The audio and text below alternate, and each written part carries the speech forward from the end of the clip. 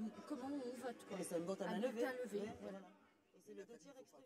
S'il y a 4 ou 5 interventions d'affilée sur ça, vous y allez tout de suite. Sinon, ça va tout pourrir le débat. Ça va tout pourrir le débat.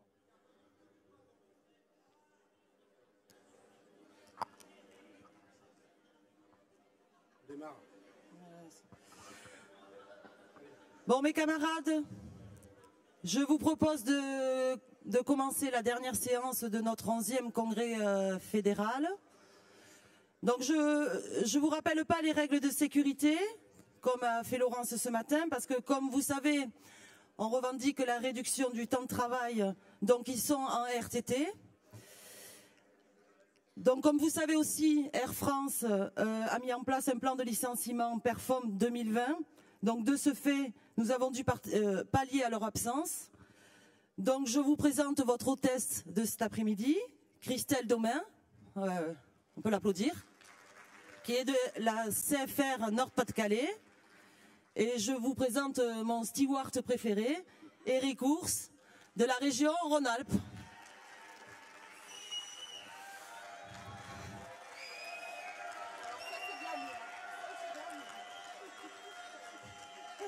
Quel succès!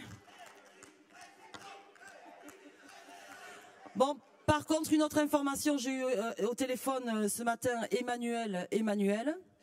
Donc, ils m'ont proposé de venir demain matin, mais je leur ai dit que notre congrès se terminait ce soir. Donc, il n'y avait plus de syndicalistes CGT, et donc, bien évidemment, c'est pour ça qu'ils voulaient venir demain matin. Donc, voilà, mais ils ne viendront pas, hein, voilà. Et donc, pour la même occasion, j'en profite pour vous rappeler le besoin d'être tous ensemble le 2 décembre pour les camarades d'Air France, donc à Paris bien entendu, mais aussi dans l'ensemble du territoire. Voilà. Donc je vais laisser maintenant la parole à Mireille Stivala, pardon, excusez-moi Mireille, qui est la secrétaire générale de la Fédération Santé et Action Sociale.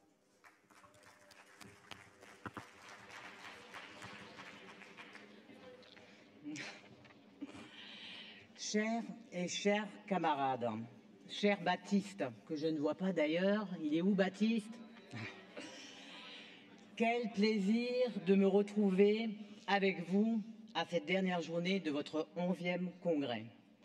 J'imagine, mes camarades, que le contexte dramatique et plus particulièrement l'assassinat de notre camarade Patricia et de sa fille sont au cœur de vos pensées comme elles sont dans les nôtres. C'est aussi pour elles que nous continuerons plus fort encore à défendre nos valeurs et nos actions. Car vouloir un meilleur monde, ce n'est pas une utopie, c'est un combat que nous poursuivrons avec acharnement. Je n'oublie pas que notre histoire a été commune au sein d'une même fédération jusqu'à ce que chacun de nos versants se sépare et que naisse la Fédération des services publics. Nous sommes donc un peu des cousins éloignés en plus d'être des camarades. Si mes informations sont bonnes, il paraît que vos travaux ont été riches, fraternels et exigeants. C'est donc bien un congrès de la CGT. Je me suis aussi laissé dire, cher Baptiste, que tu as fait exploser les scores à certains votes. On devrait échanger car je suis toujours preneuse de bonnes recettes. Je vous disais plaisir, comme en commençant mes propos, car c'est vraiment ce que m'évoque la qualité de nos relations de travail avec votre fédération, l'UGFF et ma fédération. J'ai toujours été convaincue, avec beaucoup de camarades de ma fédération, qu'un travail rapproché de nos trois versants, l'État, la territoriale et l'hospitalière, est un point d'appui fort face aux multiples attaques et tentatives de régression sociale dont nous sommes victimes. Nous, les agents de la fonction publique. Des réunions communes de nos directions se tiennent maintenant chaque fois que nous mesurons la nécessité afin de préparer nos positionnements collectivement, comme nous l'avons fait pour PPCR. Comme vous, la fusion des régions nous pose un certain nombre de problèmes, notamment la création de groupements hospitaliers de territoire qui traduit une simple volonté de rationaliser et de diminuer l'offre de soins. C'est la suite d'une politique engagée générant toujours une inégalité d'accès dans les territoires, détruisant, comme chez vous, le service public. Ce sujet mérite également que nous travaillions cette question ensemble. J'apprécie également, pour y avoir participé, le travail commun au sein de la Fédération européenne des services publics, avec Dominique Pognon, déterminé et actif, qui ne lâche jamais nos préparations. Nous devons poursuivre cette démarche car elle dégage d'un travail commun de grande qualité et tellement nécessaire pour toute la CGT. Les gouvernements successifs, les libéraux, les plus décomplexés, ne supportent pas les nantis de fonctionnaires, comme ils nous appellent, et donc tentent de dévitaliser peu à peu nos droits et notre statut. Pourtant, aucun mot flatteur ne manque pour qualifier le dévouement et le professionnalisme de tous les personnels face aux catastrophes et aux drames comme celui que nous venons de vivre tous ensemble. Mais je vous dis, les camarades, ce n'est pas le ridicule qui prime. On pourrait presque dire la prime au mérite que la ministre de la Santé veut octroyer aux personnels qui ont été en première ligne, qui ne masquera l'entière détermination de ma fédération et des personnels à poursuivre les luttes pour plus de moyens humains, plus de moyens budgétaires, pour une autre politique de santé tournée vers l'humain et non vers la rationalisation et l'exclusion des soins. Nous exigeons une augmentation ensemble du point d'indice pour tous les agents de la fonction publique, qui réinjecte dans notre pouvoir d'achat ce que nous avons perdu depuis plusieurs années. Nous voulons des rémunérations à la hauteur de nos qualifications et compétences.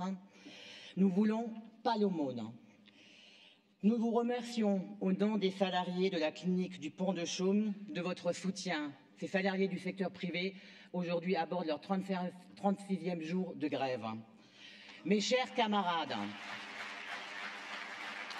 je ne suis pas venue faire un discours fleuve. Je suis venue vous saluer, être à votre côté, à celui de Baptiste, pendant vos travaux aujourd'hui. Alors, au nom de toute ma fédération, je vous souhaite de bons travaux. Vive la Fédération des services publics, vive la CGT, vive Patricia, Safi et toutes les autres victimes. Vive la démocratie. Nous sommes plus que jamais debout et nous ne lâcherons rien.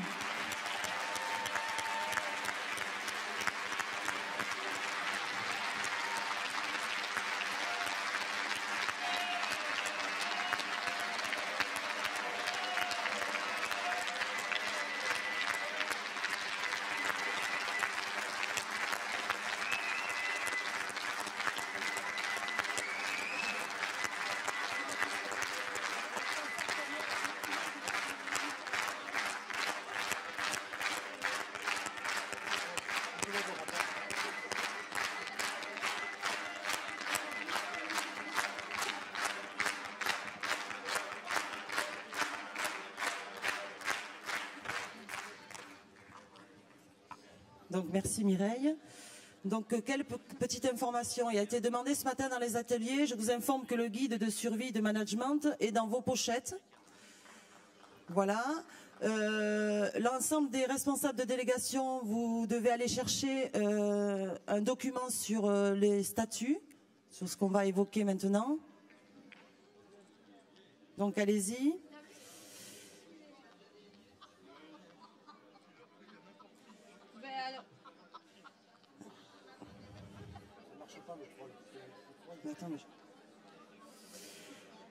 Et donc là, je vais laisser la parole à la camarade de Bourgogne, qui est au micro 3, puisqu'elle va vous annoncer une lutte sur une collectivité. Donc je la laisse vous expliquer tout ça. Micro 3, c'est bon? Tu es prête? Chers camarades, déjà, je suis très contente d'être dans ce congrès qui est mon premier congrès. Donc vous m'excuserez pour l'élocution si ça tremble un peu, donc voilà. Je tenais à vous informer que là, nous sommes en lutte actuellement depuis hier dans notre secteur, la Saône-et-Loire, où on a des agents, enfin où la municipalité, qui se dit communiste, a décidé d'enlever une bonne partie des droits aux employés, à savoir il leur est demandé de faire 116 heures de travail supplémentaires non payées pour des agents à temps complet. Il y a 15 jours de congés annuels de moins pour chacun d'entre eux. Tout ce qui est COS, tout ce qui est congé pour enfants malades, le maire a décidé de passer ça à la trappe et de passer outre tous les droits des agents. Donc hier, les collègues ont squeezé le CT, ils ont boycotté le CT pour faire une action forte. Aujourd'hui, ils sont en grève. Et le 14 décembre, nous sommes en lutte puisqu'on va investir la mairie pour faire valoir nos droits et revendiquer comme il se doit. Donc, notre force, c'est dans l'union. Donc, je vous demande d'être solidaires à la CGT de Saône-et-Loire. Envoyez-nous des petits messages de sympathie aux collègues et aux collègues de Saint-Vallier.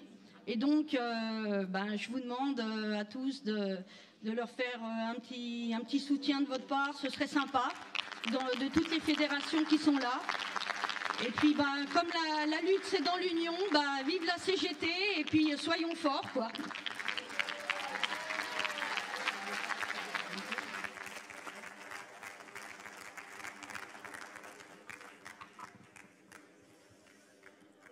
Donc, petite information, mon hôtesse va vous montrer. On a trouvé une veste. Donc,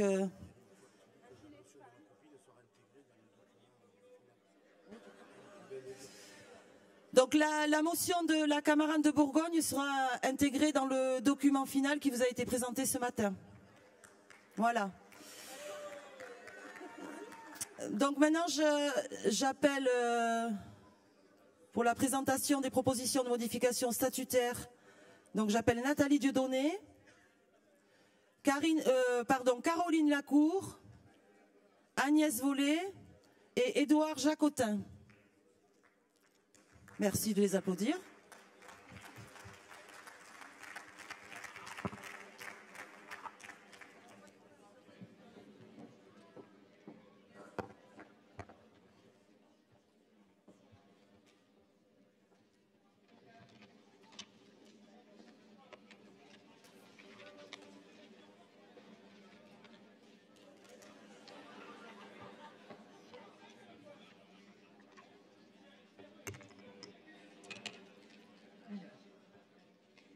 Je vous demande peut-être d'être un peu moins bruyant, ce serait bien. En haut à gauche, là, s'il vous plaît. Merci. Mes camarades, avant la présentation des modifications statutaires, je voudrais revenir sur l'origine des statuts de la CGT, issus du congrès de Limoges en 1895, congrès constitutif de la Confédération, regroupant la Fédération des syndicats et la Fédération des bourses du travail. L'écriture de ce document avait, à l'époque, nécessité de longues heures de discussion pour arriver à un compromis accepté par tous. Il était question de désaccords de fond concernant l'équilibre des deux constituantes de la Confédé et l'autonomie vis-à-vis des organisations politiques. Question posée à l'époque et qui traverse encore notre orga aujourd'hui. Autonomie et non absence de la vie politique et sociale par rapport à nos revendications et à nos enjeux de société. Les statuts de nos structures sont adoptés par les syndicats réunis en congrès et sont le bien commun de tous, admis et respectés comme tels. Ils nous permettent, sans pour autant devenir un carcan, une administration homogène de nos structures sur tout le territoire. Cependant, ils ne régleront pas à eux seuls nos manquements en termes de qualité de vie syndicale. J'en viens à ce qui nous intéresse aujourd'hui. Et je ne veux pas vous monopoliser autant de temps qu'au XIXe siècle, car les longues heures de débat, c'est avec la commission statut, mise en place par notre CEF et composée de 8 camarades, qu'elles ont eu lieu dans un premier temps. Nous avons travaillé à partir des statuts confédéraux, du projet de document d'orientation et des réflexions ressortant des débats de nos instances et de nos syndicats depuis Ajaccio. Nous avons procédé à une remise en page complète, plus cohérente et en lien avec les statuts confédéraux, organisant les articles dans 4 grands chapitres. Nous y avons adjoint une table des matières afin de s'y retrouver plus facilement. Et enfin, nous proposons de joindre des annexes. Les chartes confédérales, élues et mandatées, qualité de vie syndicale, égalité femmes-hommes et fédérale, la charte signée en CNF avec l'UFIT, ainsi que les statuts types de syndicats et outils. Dans le guide 844, envoyé dans les syndicats avant le CNF du mois d'octobre, nous avions choisi de vous communiquer la proposition de nouveaux statuts sans les modifications apparentes, pour plus de lisibilité. Ainsi, lors de vos réunions de préparation des CNF et congrès, avec les syndicats de vos départements, vous avez dû faire des allers-retours pour comparer les textes du projet de statut modifié dans les premières pages et les statuts adoptés à Ajaccio dans les suivantes. Exercice peu aisé, je vous l'accorde. Cependant, pour toutes celles et ceux qui le souhaitent, je tiens à votre disposition l'évolution des modifications avec les ratures, les ajouts et les déplacements apparents. Exercice des lectures encore moins aisé, nous vous le confirmons. Ce document a été présenté au CNF du mois d'octobre et au préalable à une CEF, lors desquelles les camarades ont amendé ce projet. Nous avons alors porté à votre connaissance les dernières évolutions. Je me suis perdue.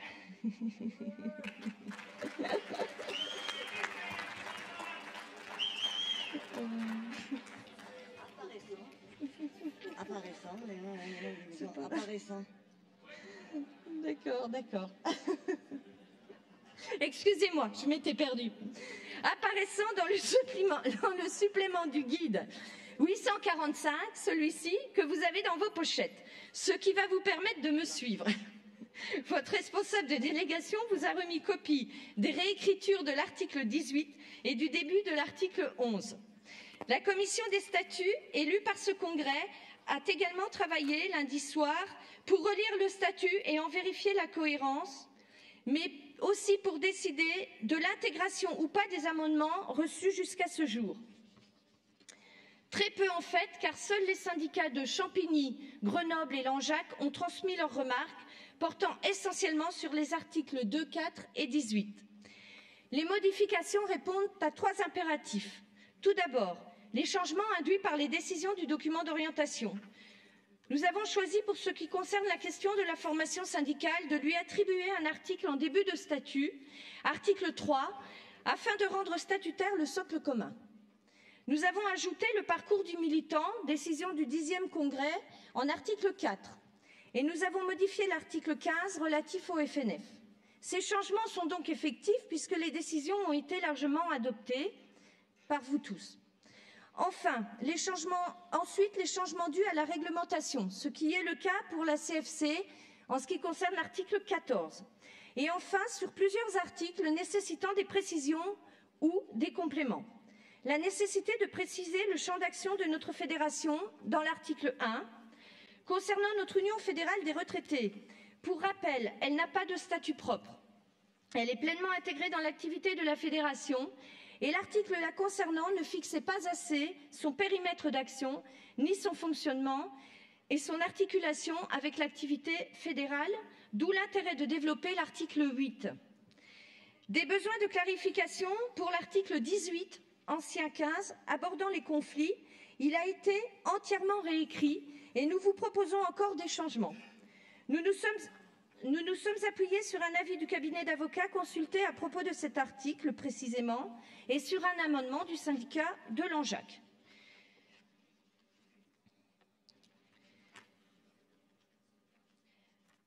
Nous avons aussi ajouté un article 2.4 introduisant des restrictions statutaires depuis plusieurs congrès pour les membres de la CEF.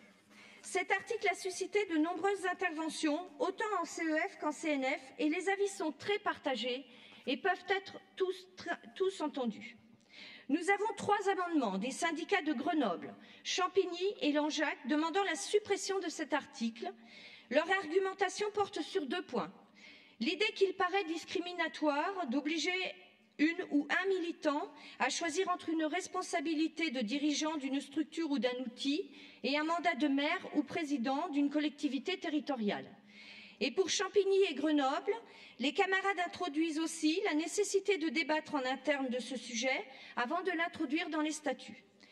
Nous avons rejeté ces amendements, mais il nous semble essentiel de les porter à la connaissance des délégués afin d'ouvrir, si besoin, le débat sur cet article 2.4. En ce qui concerne l'article 11 sur le rôle du CNF, nous vous proposons de revenir à l'écriture originale, copie également en votre possession. Pour l'article 18, vous l'avez aussi sur la copie que vos responsables vous ont remis. Alors, nous vous proposons de revenir à l'écriture originale. En effet, après réflexion, nous ne pensons pas opportun d'écrire que cette instance est souveraine entre 2 congrès, puisque non composée de membres élus par un congrès. Pour finir, nous n'avons pas retenu les amendements suivants. La proposition des territoriaux de Grenoble de réintroduire les valeurs morales dans le paragraphe C sur les annexes, car le mot moral n'est pas entendu de la même manière pour toutes et tous, et les valeurs sont de toute évidence introduites par les chartes elles-mêmes. L'amendement de Champigny pour faire passer le dernier paragraphe de l'article 6.4 dans l'article 7, car nous estimons qu'il est à sa place. C'est l'article qui concerne l'invitation des CFR dans les CSD. La demande des territoriaux de Langeac pour le déplacement du bureau fédéral, article 13, hors du chapitre 4, qui concerne les organismes directeurs. Sous prétexte, enfin, on a estimé que dans les statuts confédéraux, le bureau apparaît bien dans ce chapitre, donc on estime qu'on le laissera dans ce chapitre, et on n'a pas trouvé d'autre place où le mettre de toute façon. Les demandes de Champigny, c'est pas ça que je voulais dire. Bon, les demandes de Champigny pour que nous supprimions dans les articles 14 et 15 la possibilité que d'autres camarades que les présidents de la CFC et du FNF puissent être mandatés par ces commissions pour participer au CEF. Amendement lié au fait que pour l'UFR et l'UFICT, seuls les secrétaires généraux sont concernés. Il nous a semblé important de ne pas concentrer les pouvoirs sur des têtes précises. Donc nous n'avons pas pris cet amendement.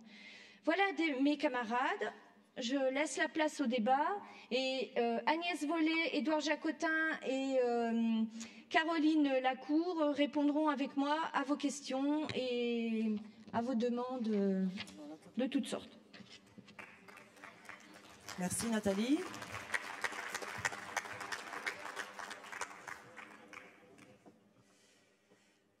Donc maintenant, Amo Alice au micro 2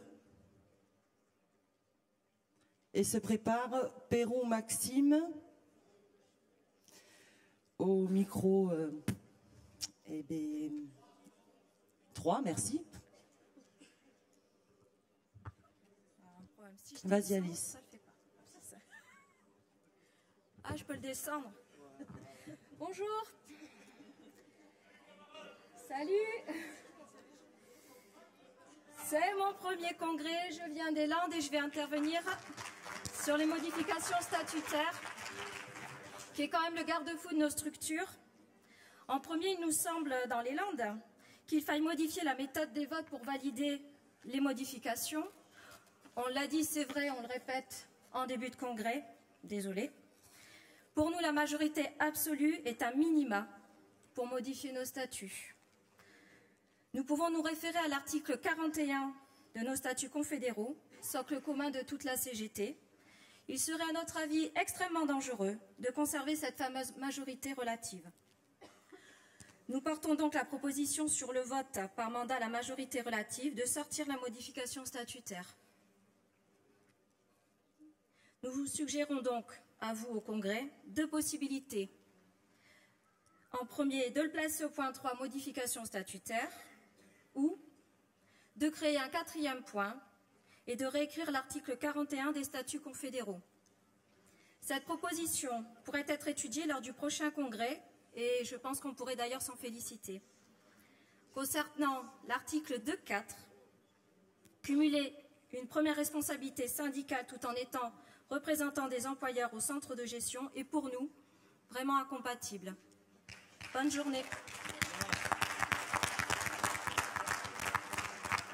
Merci Alice. Donc Pérou Maxime et se prépare Gézal Josiane au micro 4. Merci. Bonjour, Maxime, animateur de la CSD de la Haute-Loire. Avant d'intervenir, j'ai deux questions à vous poser. On est bien à un congrès de la CGT là? Ouais. Donc on est bien des syndiqués de la CGT. Alors j'en viens à l'article 2.4 qui parle notamment des restrictions entre la fonction d'animateur ou de secrétaire, l'animateur de CSD ou de secrétaire de syndicat, et de mandat politique en tant que maire ou responsabilité des personnels ou en tant que personne élue au centre de gestion. Moi, ça me pose une question. On est bien à la CGT, donc on n'est pas des employeurs. Il y a un choix à faire. En France, la CGT, on a 1200 syndicats de territoriaux, 1200 secrétaires, plus une centaine de personnes qui sont à des responsabilités de coordination, etc. Ça veut dire que sur les 83 000 syndiqués de la fédération, il y en a 1300 qui ont un choix à faire, soit être élu politique, soit être militant syndical. Moi, j'ai fait un choix, c'est d'être à la CGT.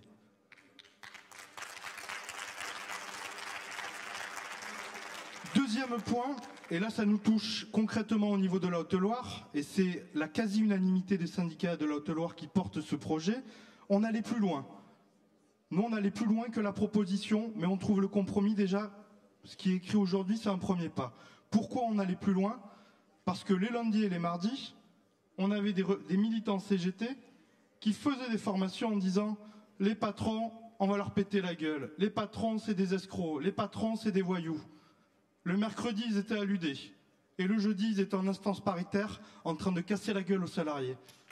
Donc ça, aujourd'hui, c'est quelque chose que l'on vit concrètement sur notre département. J'ai un dernier exemple. On a un militant sur la Haute-Loire. On a la chance que son président il soit à la CGT. Il a eu la chance et le mérite de pouvoir avoir son examen professionnel. Eh bien, cet employeur refuse de nommer cet agent pour une augmentation de 0 € par mois.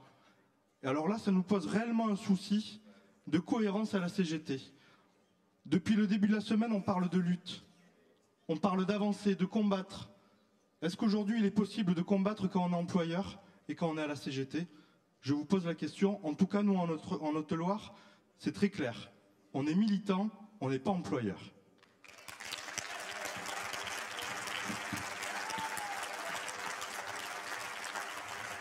Merci. Donc Josiane micro 4 et se prépare Cédric Rosé au micro 1.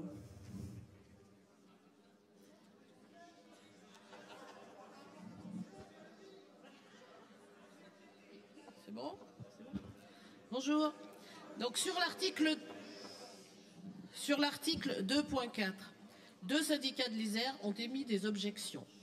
Le premier des syndicats souhaite que les dispositions qui régissent cet article soient renforcées, durcies. Le deuxième syndicat souhaite, demande le retrait de cet article. Il argumente sa demande et je le cite. L'objet même de l'article doit faire l'objet d'un débat approfondi au sein de notre Fédération des services publics, car les dirigeants syndicaux ont très souvent des engagements politiques.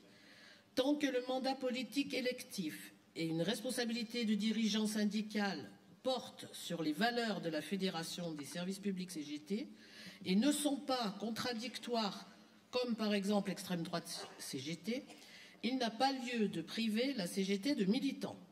Les camarades élus politiques sur des listes de progrès social pourraient se sentir discriminés pour leurs opinions politiques, ce qui serait contraire à la fiche 3, égalité d'accès aux droits et non-discrimination, des repères revendicatifs de notre confédération adoptés par le Comité confédéral national. Fin de la citation. Par ailleurs, mardi soir, l'ensemble des délégués de l'Isère, qui portent donc les voix des syndicats, se sont réunis en commission et demandent que des précisions soient apportées sur le champ géographique de l'exercice d'un mandat politique électif. Nos délégations proposent que le champ géographique porte soit sur le périmètre du bassin d'emploi, soit sur celui de l'intercommunalité. Merci. Merci. Donc Cédric au micro 2 et Damien Martinez qui se prépare.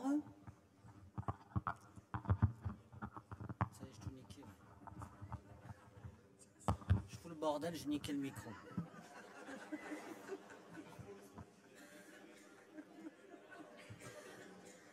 J'avais préparé quelque chose, mais je crois qu'avec ce que j'ai entendu, je vais être obligé de le modifier, mais c'est pas grave. Je m'en servirai pour une publicité qu'on a fait tout à l'heure.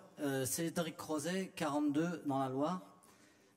Sur l'article 2.4 et les élus, je suis élu dans ma commune, je suis adjoint au maire et j'ai tout le temps fait grève et je continuerai à faire grève.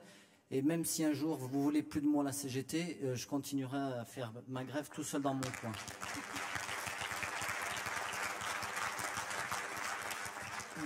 21 jours de grève pour les grèves de 2010 pour la retraite avec mes camarades.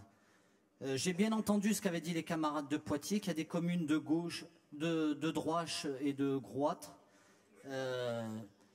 Et comme je vous disais, je suis élu dans ma commune et je pense qu'il y a d'autres camarades à la CGT qui sont aussi élus. Et je me bagarre tous les jours dans cette commune pour faire respecter les droits des salariés, d'y apporter du matériel qui convient à leurs besoins, d'y trouver des heures de travail adaptées à la vie de chacun, et pour cela quand c'est possible, et même quand il y a la demande personnelle d'un agent. À plusieurs reprises, nous avons évité de collègues de passer dans une situation difficile, soit en sanction disciplinaire, soit en aide de régler des difficultés. Et je pense qu'il vaut quand même mieux avoir affaire à un CGTiste plutôt qu'à un mec de droite ou de la CFDT. Nous sommes de nombreux élus à n'avoir jamais oublié notre logo. Nous sommes de nombreux élus à n'avoir jamais oublié notre logo, ni l'avoir jamais utilisé pour aider nos fonctions électives. Mais nous n'oublions pas d'où on vient. C'est pourquoi il ne faut pas faire d'amalgame entre ces FNE qui nous introduisent, en étant très poli, et surtout qui tiennent des propos ne respectant pas les directives de notre belle organisation. J'en profite pour féliciter la CGT qui, malgré ses 120 ans, a su sacrément bien se renouveler lors de ce congrès. Il est peut-être souhaitable de mettre des garde-fous pour que notre organisation ne soit pas mise à mal et qu'on parle d'une seule voix à la CGT. Mais comme la nature a horreur du vide, nous ne devons pas laisser la place à des élus qui nous vendent nos services publics, nos retraites, nos sécurités sociales. Je parle de la CFDT, de la CFTC, voire même de FO qui eux ont une chie d'élus. À ce titre d'exemple, dans ma collectivité, nous venons de valider le retour en régie du service des eaux, du ramassage des ordures ménagères, de l'éclairage public.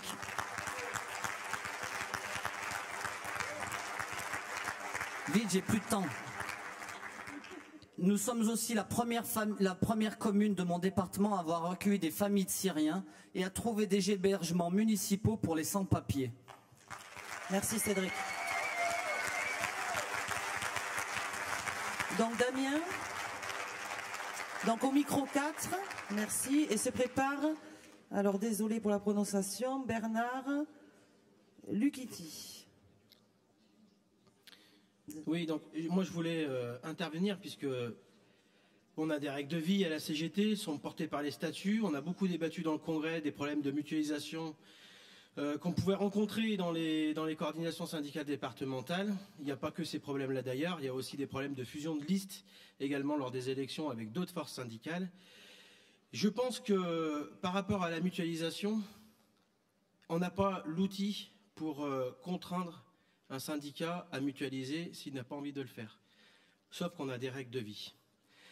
Et on a eu à plusieurs une réflexion en dehors du congrès, dans les allées, à se demander comment on pouvait essayer de de rendre obligatoire cette mutualisation financière, parce que si on veut pouvoir être à la hauteur, syndiquer davantage, déployer la CGT, former les militants, ça suscite qu'on ait à la fois des moyens humains en termes de militants, des moyens techniques, matériels en termes de pour pouvoir déployer les formations, puis surtout des moyens financiers pour aller organiser ces formations.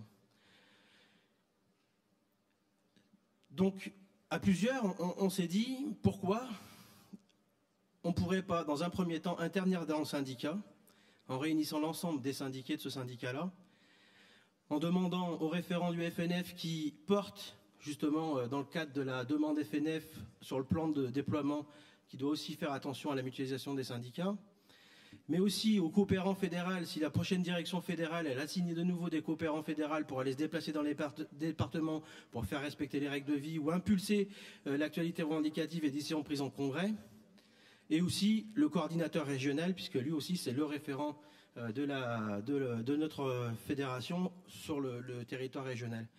De discuter avec le syndicat pour essayer de les ramener dans le bon chemin, d'avoir un débat avec les syndiqués du syndicat, pas qu'avec la direction du syndicat, et au cas où on n'arrive toujours pas à progresser et à avancer sur ce problème de mutualisation, peut-être là saisir l'article 18.1 sur la commission des conflits pour qu'après au niveau fédéral, il y ait une intervention pour faire respecter les statuts. Voilà, c'est un petit peu... on a travaillé ce matin à essayer de trouver des moyens pour mettre en application les décisions de congrès. La mutualisation moyens humains, financière et matérielle, elle est depuis Ajaccio, c'est pas quand même depuis ce congrès-là. Donc il serait temps qu'on se trouve peut-être des petites pratiques pour la rendre efficace et que enfin les statuts qu'on puisse adopter en congrès soient appliqués pleinement, mais dans le respect aussi du débat avec les militants dans le syndicat et pas en dehors. Voilà. Merci Damien. Bernard au micro 1. Bonjour à tous.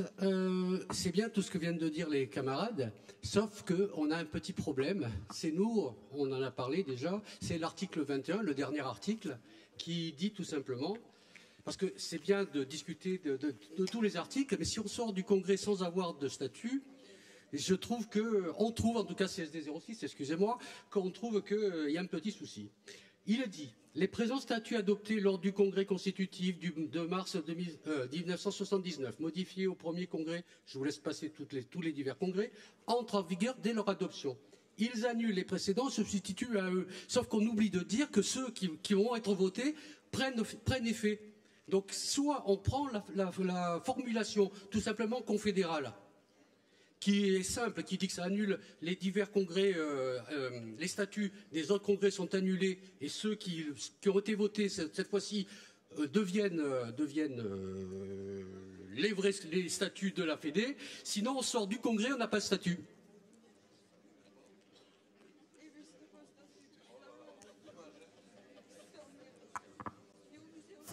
Ça marche, Oui, je viens d'entendre... Le camarade m'avait interpellé dans les couloirs et effectivement, j'ai oublié de le dire. La façon dont il est écrit, oui, ça voudrait dire qu'on ressort du congrès sans statut. Donc, pour ne pas tout enlever, on peut juste, après 10e... Alors, c'est l'article 21 en dernière page. 10e congrès mai 2011 et entre en vigueur dès leur adoption. Ils annulent les précédents et se substituent à eux, retirés 11e congrès. Voilà. En ce qui concerne les champs géographiques, oui. Pour l'article 2.4, la camarade qui demandait qu'on lui précise les champs géographiques. Quand on parlait des champs géographiques, c'est les champs géographiques par rapport au lieu de militance et au lieu où on serait élu, notamment pour un centre de gestion. Le champ deviendrait le champ du département. Donc ça veut dire qu'on pourrait être secrétaire général d'un syndicat, d'un département voisin de celui dans lequel on serait élu au centre de gestion.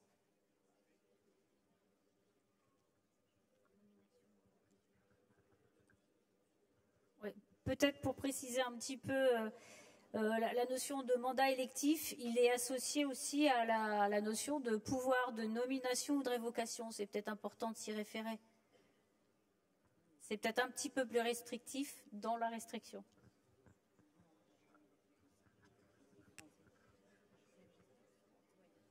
Alors, quant à la camarade qui demandait sur majorité absolue plutôt que majorité relative, dans les statuts, dans les anciens statuts, c'est bien la majorité relative, donc on va s'en tenir là pour ce congrès, mais on va en discuter et on introduira la majorité absolue pour les votes du prochain congrès.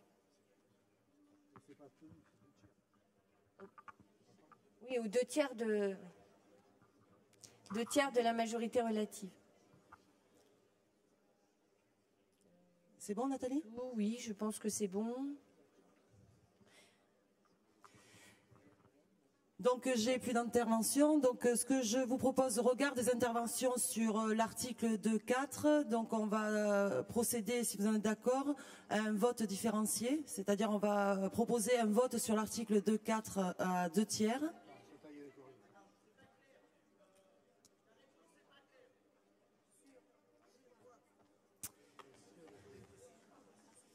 Mets-toi au micro 2, s'il te plaît. C'est juste pour une précision, donc par rapport au périmètre, pour l'article 2.4 toujours, on voudrait savoir, et pour les communes qui ne sont pas affiliées au centre de gestion, quel est le périmètre? Parce que finalement, il y a aussi des grandes communes. Est-ce que vous avez une réponse? Merci. Si elles ne sont pas affiliées au centre de gestion, c'est dans le... si elles ne sont pas affiliées et que la CAP et le CTP ne sont pas rattachés au centre de gestion, on est bien d'accord, c'est le périmètre propre de la collectivité. Donc, c'est-à-dire, si c'est une communauté d'agglomération, ce sera le périmètre de la communauté d'agglomération, conseil général, conseil régional. Voilà, on est dans ces périmètres-là. Est-ce que la réponse convient? Enfin, suffit.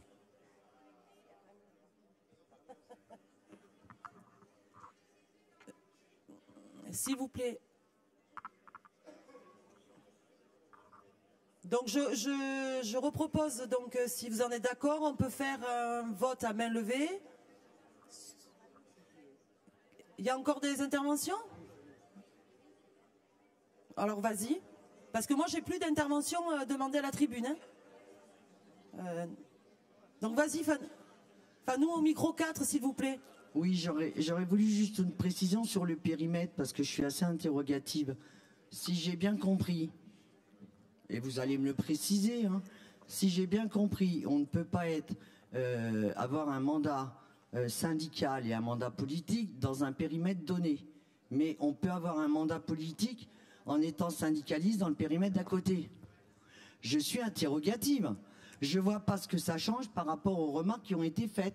C'est-à-dire que moi, je suis dans un département, je ne peux pas être élu politique, je ne peux pas révoquer les agents, mais le département d'à côté, j'ai le droit puisque ce n'est pas mon département. C'est tout.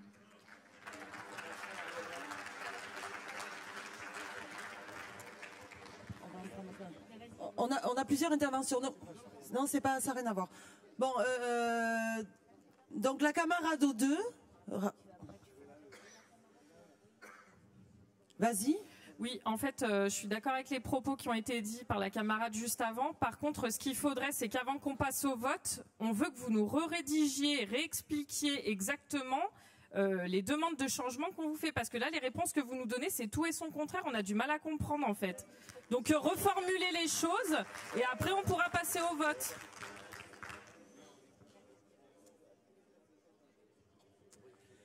La camarade, s'il vous plaît, au micro 1.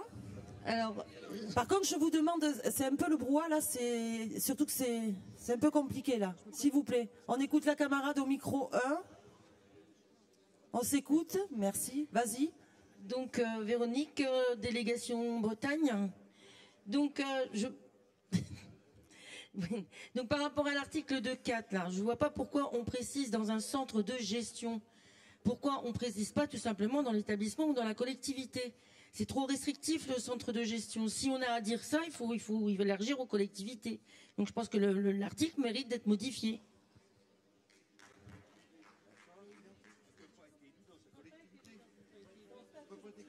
Tu as fini? Bah alors c'est en contradiction. S'il vous plaît, on écoute que la camarade au micro 1, parce qu'après on va plus s'entendre. Est-ce que tu as fini? Donc, oui, là on me dit, on peut pas être élu dans les collectivités, mais c'est contradictoire avec ce qui a été dit auparavant. S'il vous plaît, qu'une personne à la fois, c'est compliqué. Merci. Le micro 1. Merci. Bon, je crois que voilà, vous allez régler le problème tout seul. Non, on va le régler tous ensemble. Je te rassure, ma camarade.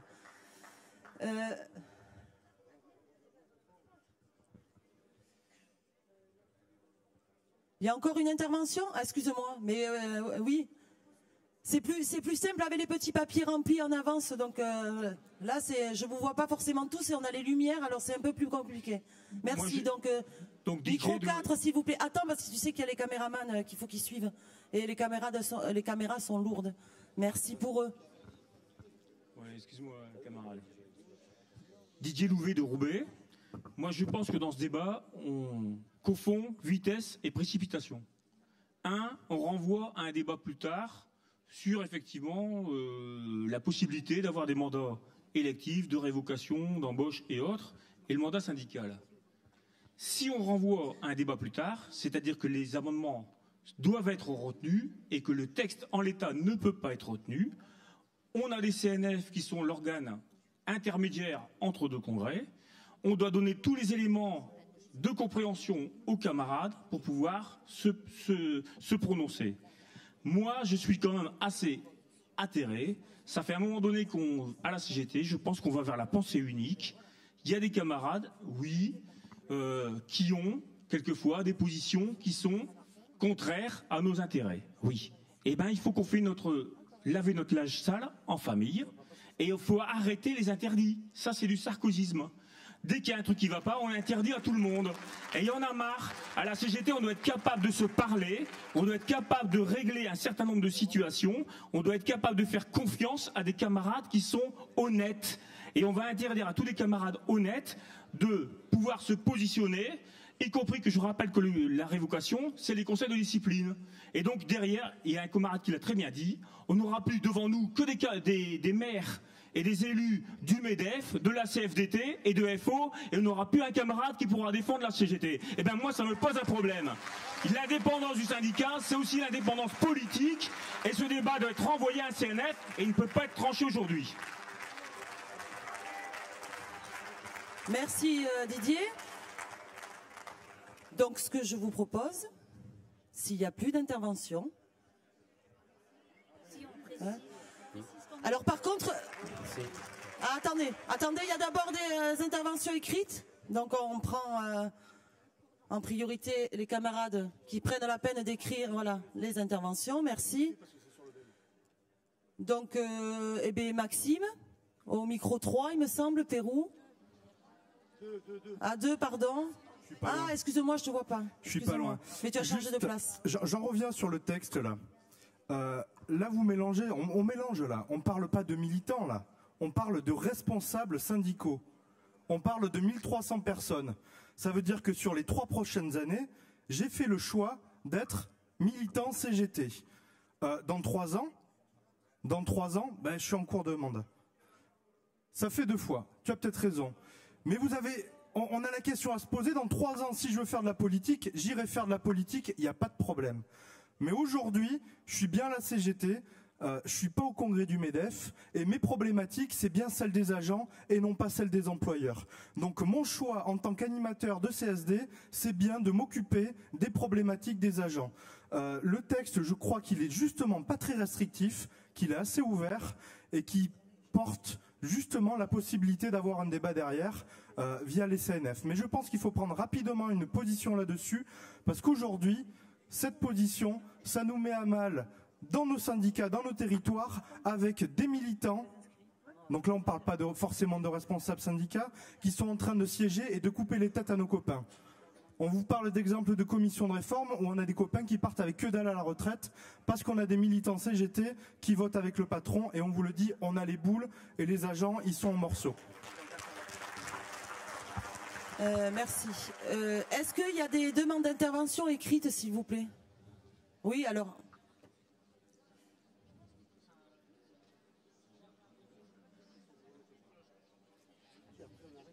Après, on arrête. Autrement, on demande... Non, les interventions écrites, vous les faites, mes camarades.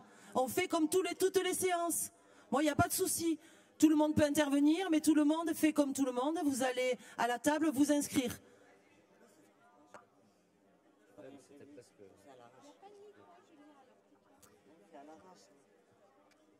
Alors Magali Badiou, au micro 2 s'il vous plaît.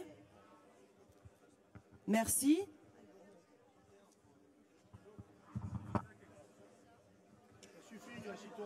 C'est bon? Attends, avant Magali, peut-être... Voilà. Non. Vas-y Magali. Alors Magali Badiou, territoriaux de la ville de Saint-Étienne. Alors je vais revenir un petit peu sur l'intervention de mon camarade Cédric, qui est aussi donc à la ville de Saint-Étienne comme moi. Donc on est tous les deux élus dans des communes qui vont demain faire partie de la communauté urbaine de métropole, Saint-Étienne Métropole. Donc moi ma question c'est qu'aujourd'hui je suis secrétaire générale de mon syndicat. Est-ce que ça veut dire qu'avec cet article je vais devoir rendre mon mandat? C'est un peu la question que je me pose. Par rapport à l'intervention du camarade Dupuis, je peux entendre qu'effectivement, je crois qu'il faut qu'on arrête de se leurrer. À la CGT, comme de partout, il y a des gens qui sont des vrais militants, il y en a qui le sont un petit peu moins.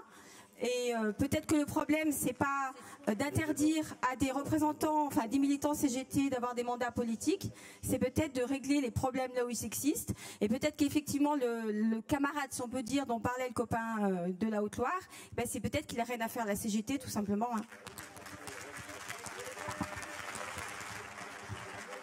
Merci. Merci Magali. Donc Marie-Noël, donc tu vas au 1 s'il te plaît. Merci. Au micro 1.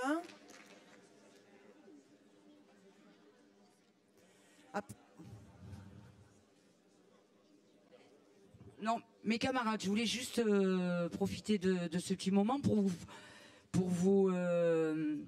témoigner de ce que nous vivons dans le Gard à l'heure actuelle, puisque nous sommes en préparation évidemment en plein cœur de la réforme territoriale sur le Grand Thalès. Et nous disons à la CSD du Gard non aux immenses agglos qui sont en train de se préparer, et notamment qui vont regrouper plus de 75 communes. Dans cette fusion, il y a historiquement un syndicat qui nous avons à cœur, qui est le syndicat de la Grande Combe, cœur des Cévennes.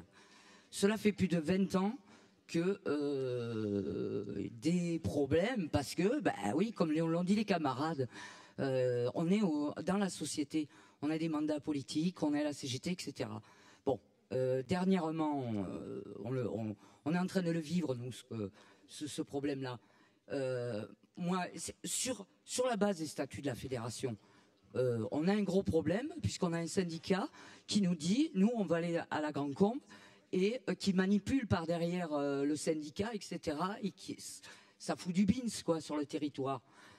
Toujours est-il que le camarade qui était membre du bureau du syndicat, qui est maire, porteur de la réforme pour aller vers le Grand Thalès, il s'est retiré du bureau. Donc à l'heure actuelle, on ne peut pas sur le fait entre son mandat au syndicat, il n'a plus de mandat au syndicat, il est un syndiqué de base. Bon. Donc c'est pas là-dessus qu'on peut l'interpeller. La seule chose sur laquelle, et je suis d'accord avec le copain, c'est-à-dire que d'abord c'est de la qualité de vie syndicale, il faut qu'on en parle vis-à-vis, parce qu'on règle beaucoup de choses à coups de poing, mais ça c'est notre outil, et le déglinguer c'est quand même un peu débile. Et nous, la seule chose sur laquelle on s'est appuyé dans cet article, c'est ça. Nul ne peut se servir de son titre fédéré ou d'une fonction de la fédération dans un acte politique, électoral, extérieur à l'organisation. Point final. C'est tout.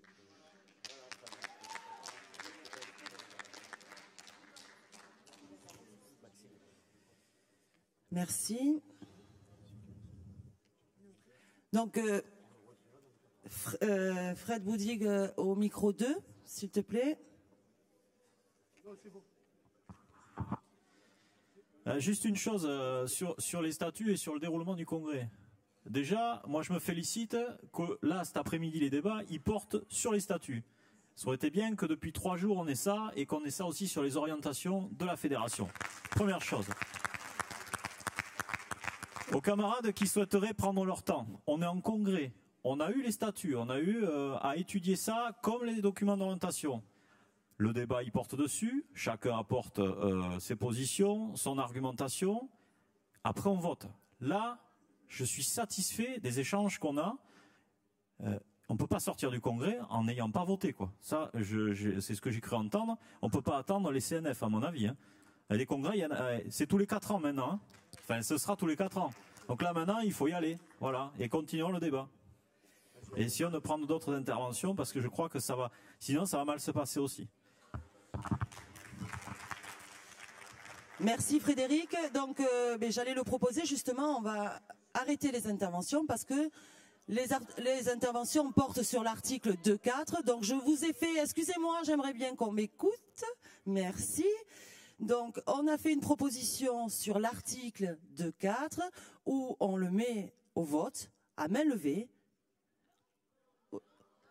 aux 2/3.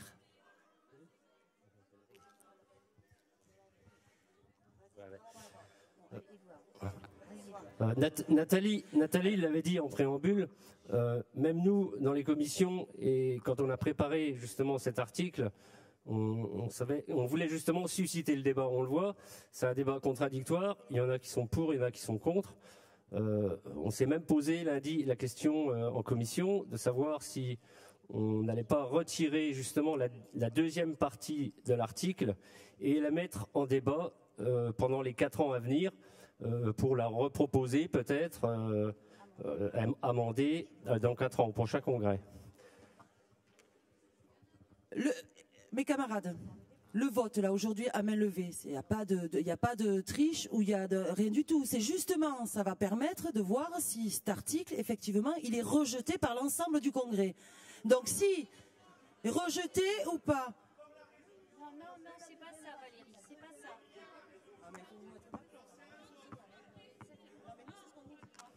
Nathalie, intervient.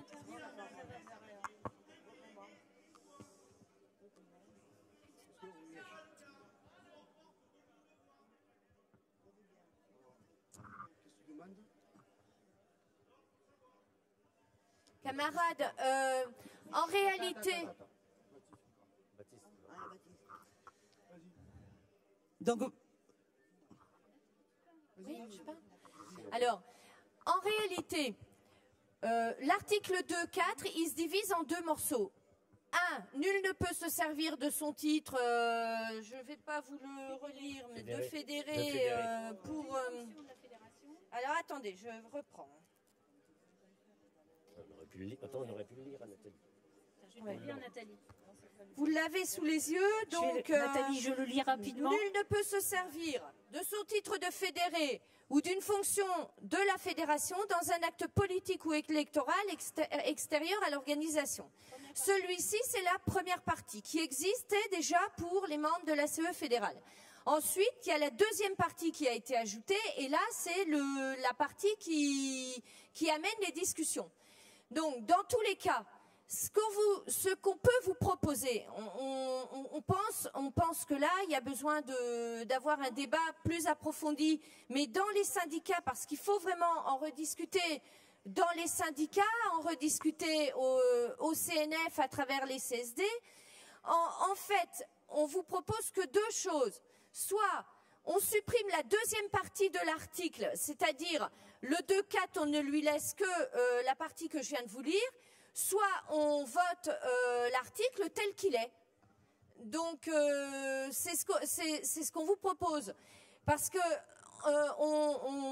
il ne s'agit, en fait, dans cet article, il ne s'agit bien que des dirigeants principaux des syndicats ou des CSD, c'est-à-dire animateurs de CSD ou secrétaire général d'un syndicat, et de la fonction de maire d'une collectivité, donc collectivité mairie, ou un président d'une communauté de communes, d'un conseil départemental, c'était de ça qu'il s'agissait. Hein. Il ne s'agit pas d'interdire à tout militant d'exercer un mandat politique. Ce qu'on disait là dans cet article, c'est que le secrétaire général du syndicat ou l'animateur de la CSD, pendant l'intervalle du temps où il sera élu, élu politique, il choisira. Soit il est élu politique, soit il est secrétaire général. Non, mais c'est tout ce qu'on vous proposait là-dedans. Hein, voilà. Donc nous, on vous propose, si vous le voulez bien, de voter soit la suppression, soit le garder tel quel, mais seulement de la deuxième partie. Merci. Donc, s'il vous plaît, le micro 4, Baptiste. Merci. On se calme, s'il vous plaît. La CGT, c'est la fraternité, la solidarité. Merci. Le 4. C'est bon, Baptiste, vas-y.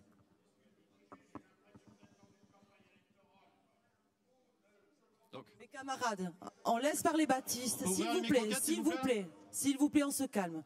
Merci. Baptiste, vas-y. Donc, pour répondre tout de suite à la copine, je propose que toutes les demandes d'intervention qui ont été déposées sur le 2-4, celles qui ont été déposées, parce qu'on peut tenir comme ça 3 heures. Donc là, il y en a qui ont été déposées, je propose qu'on les passe tranquillement. Donc les camarades qui voulaient s'exprimer sur le 2-4 s'expriment. Une fois qu'ils l'auront fait, moi j'ai une suggestion. Enfin, c'est pas qu'une suggestion d'ailleurs, je pense qu'on n'a pas le choix. Le projet de libellé la deuxième partie du 2-4, hein, donc l'ajout, l'exercice d'une fonction de représentant puisque le reste figurait déjà dans les statuts. Donc cette partie-là, normalement, elle a été transmise dans les délais impartis, donc normalement, elle a été débattue dans les syndicats. Je ne veux pas dire par là qu'elle a été débattue dans tous les syndicats, mais voilà, il se trouve que comme l'ensemble des documents soumis au Congrès, cet article-là, cette proposition, de même que d'autres, a été transmise dans les syndicats, donc il faut qu'on applique nos règles.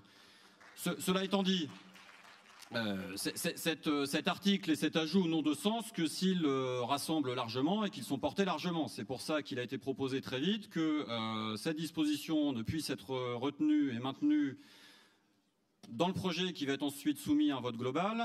Il faut que cette disposition recueille un avis très largement majoritaire. Donc c'est pour ça qu'on vous propose que ça soit retenu seulement s'il y a au moins 2/3 des vote à main levée qui s'exprime pour que cette disposition soit maintenue. Mais bon, là, je pense que voilà, une fois que les camarades se seront exprimés, on a vraiment besoin que le Congrès dise si cette disposition rassemble largement ou pas. Si elle ne rassemble pas largement, donc si on est en dessous de la règle des 2/3, ce qui me paraît quand même une sécurité, je ne suis pas du tout sûr qu'on y soit pour tout vous dire, on retirera la disposition et on en redébattra. Mais voilà, il faut qu'on joue le jeu jusqu'au bout et que ce qui a été débattu dans un certain nombre de syndicats parce qu'il devait l'être puisse être soumis maintenant à l'avis du Congrès. Voilà.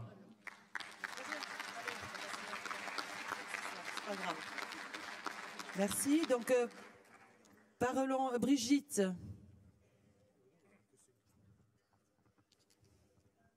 Tu es où, Brigitte? Je ne te vois pas. Ah, d'accord. Alors, micro 1, s'il vous plaît. Merci. Et se prépare. Alors, je suis désolée. Oui, Meunier, Attends 2 secondes. Se prépare, je sais pas. Bon, Meunier pour le 91. Bon. Vas-y Brigitte, désolée. Non, moi ce que je voulais dire au nom de la CSD 23, c'est effectivement, Baptiste vient de le dire, on est des congressistes, on a eu suffisamment en amont les documents de travail. Effectivement, moi dans la CSD 23, je vais simplement donner 2 exemples. Ça a fait débat, le 5 novembre, ça a fait débat avec les 11 syndicats présents. Pourquoi ?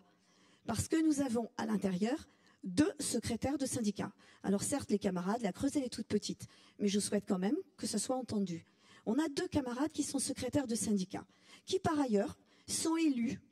C'était dans leur collectivité, mais sont aussi maires de 2 petites communes. Et imaginons qu'en ce moment, nous, on ne parle pas de métropole, on parle de 4 communautés de communes. Le préfet a pris sa décision.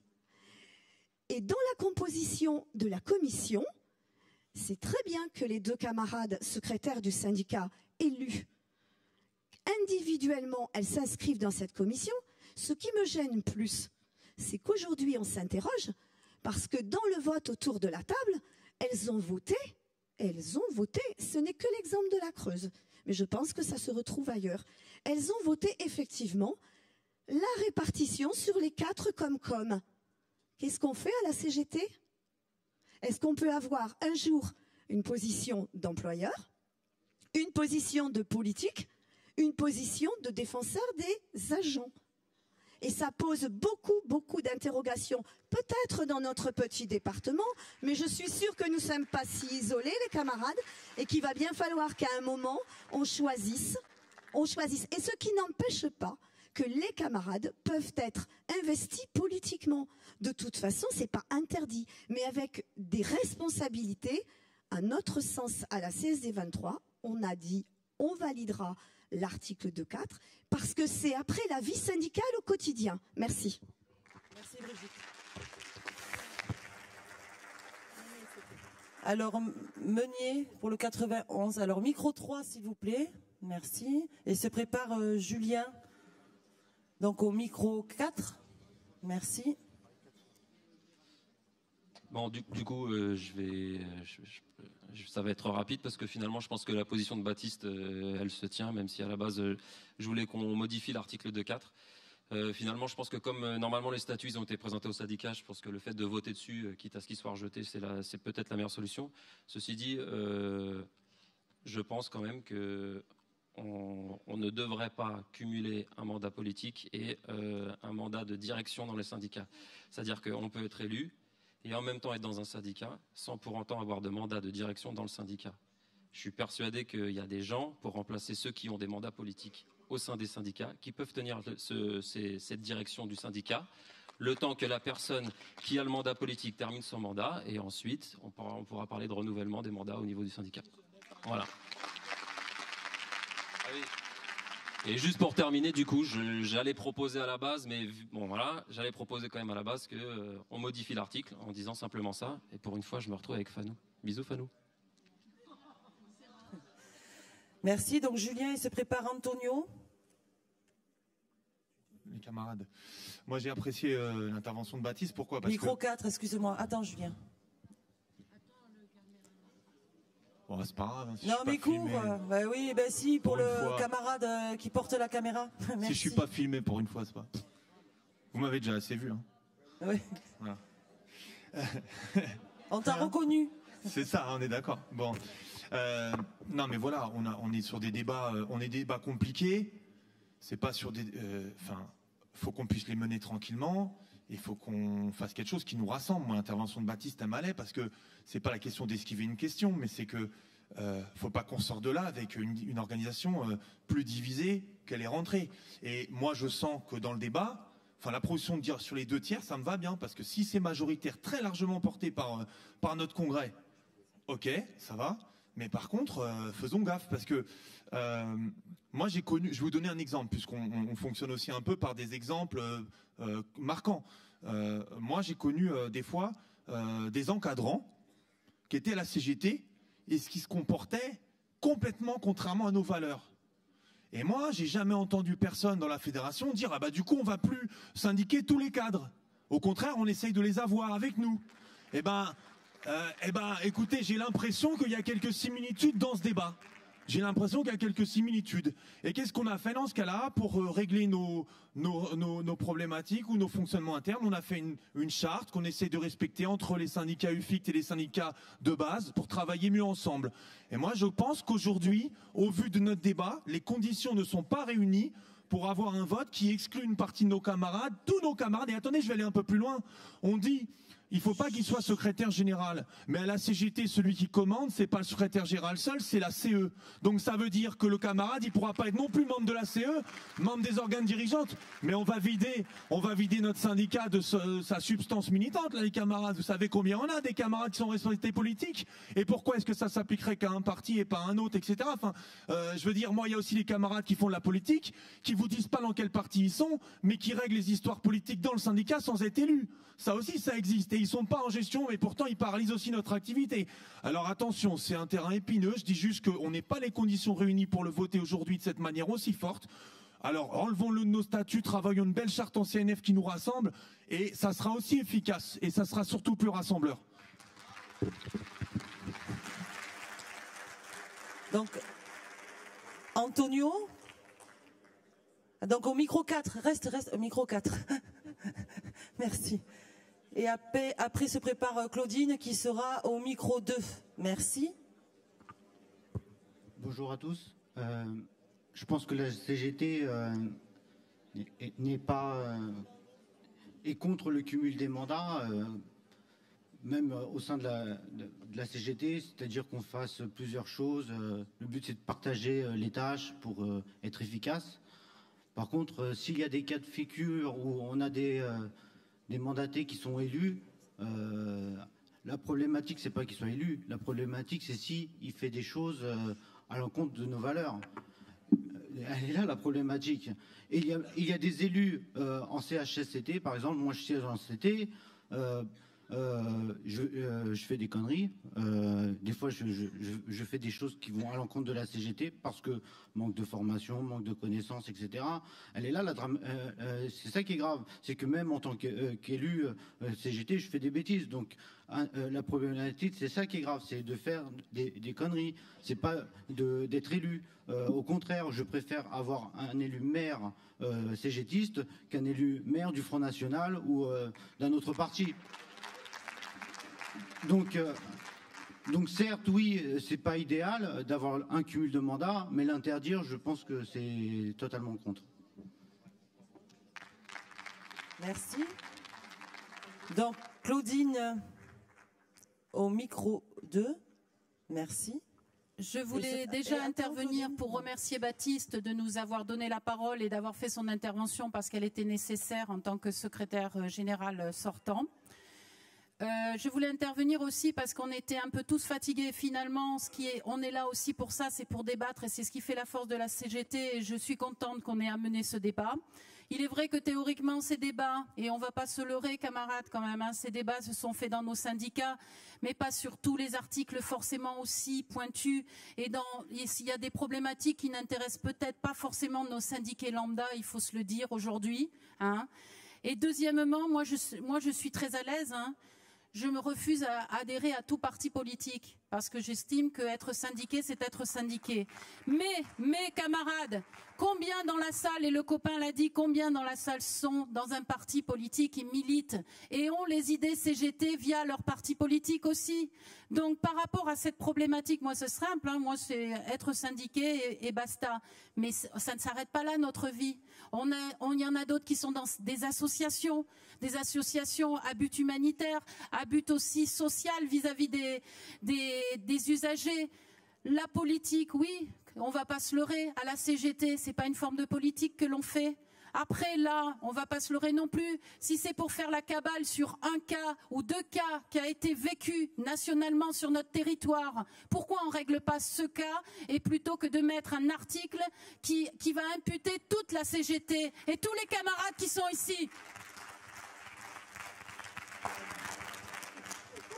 Merci Claudine. Donc Pascal Keller. Il arrive donc au micro 2. Pascal, c'est bon? Comme ça, merci. Oui, moi je voulais simplement témoigner.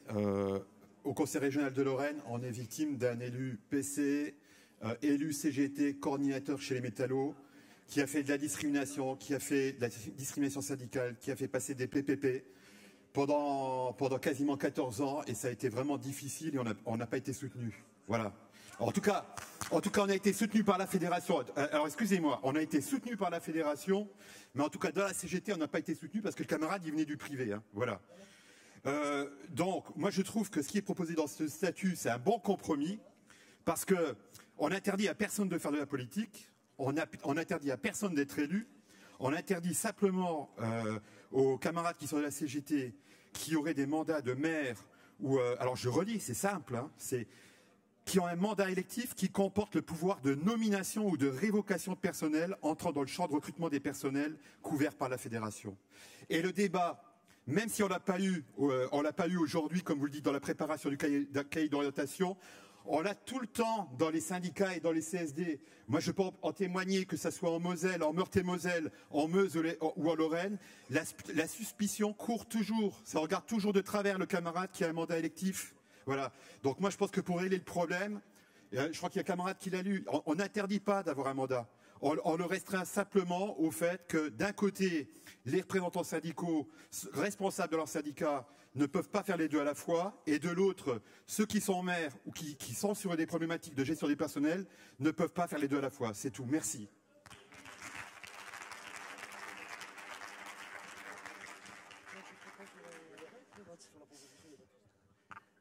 Donc j'ai plus d'intervention, mes camarades, donc je vous propose donc le vote, comme a fait, je rejoins la proposition de Baptiste. Donc vote à main levée. Par contre, je demande effectivement aux responsables de délégation de bien noter par écrit le nombre, puisque c'est aux 2/3, donc il faut avoir vraiment les chiffres exacts. Non, mais il me demande encore pourquoi. Non, là. La deuxième partie. Comme a dit Baptiste, donc je répète pour les camarades qui ont des doutes sur le vote, donc on propose sur la deuxième partie de l'article 2.4 la suppression de cette partie au vote à main levée. Oui, c'est ça, c'est ce que Baptiste a proposé. Et de rediscuter pour le prochain congrès. Donc Baptiste au micro 4. Merci. Non, pardon. La logique veut, il y a une proposition qui a été faite, qui est soumise à l'approbation des délégués. La logique veut qu'on vote sur est-ce qu'on laisse en l'état la proposition. Donc est-ce qu'on laisse dans la proposition que vous avez faite la disposition qui prévoit des restrictions supplémentaires. Donc ceux qui sont d'accord avec le fait de créer des restrictions supplémentaires, le vote avec le bulletin rouge. Ceux qui ne sont pas d'accord avec la proposition de restrictions supplémentaires votent avec le bulletin jaune. Voilà. Vous pouvez aussi vous abstenir. Ah bah, je dis vous pouvez vous abstenir. Là, je pense que pour le coup, on a besoin d'avoir un vote franc. Donc voilà. Voilà.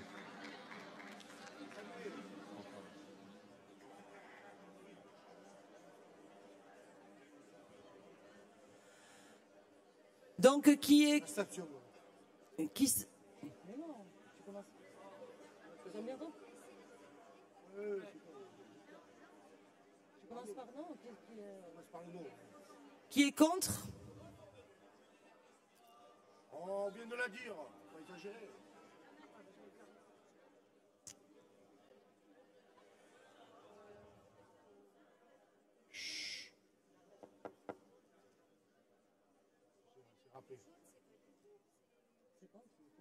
C'est contre, j'ai dit. Mais non, contre la proposition. Oui. Oui. À mon avis, les 2/3, t'as perdu. Les 2/3 qui sont contre. Pas photo. Ça va, on va le retirer, on en mettra un autre l'autre fois. Non, mais moi, c'est pas clair. Qui est contre? Là, tu vois, on laisse comme ça, c'est là, ils votent pour qu'on enlève l'article. Oui. Les 2/3, de toute façon, c'est râpé.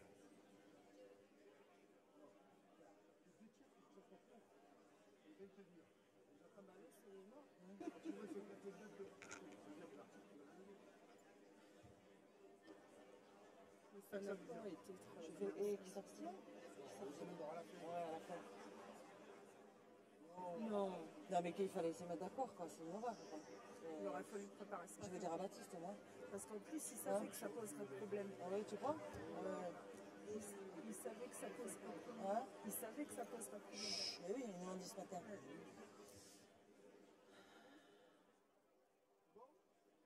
C'est bon, là? Tout le monde a compté? Est-ce que tout le monde a compté, là? C'est bon ou...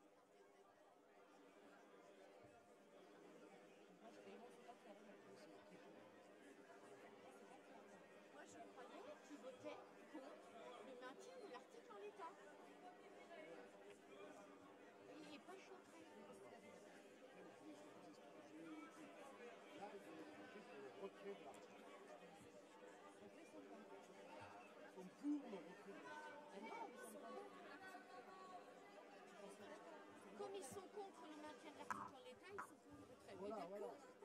Maintenant, ils vont voter pour l'article en l'état. Ouais. Non, mais j'avais compris. Non, mais ça, on n'a pas compris, on le retire. Est-ce que c'est bon là ou pour le... Non? Vous êtes toujours en train de compter pour le contre? Bon, ok, on attend un petit peu. On va le faire. On l'attaque qui compte. On ne peut pas compter. Vote les pour. Vas-y. Mais... Ça me fout, c'est une question de compter ce courant. Donc, on passe au pour. Qui est pour? Ah bah.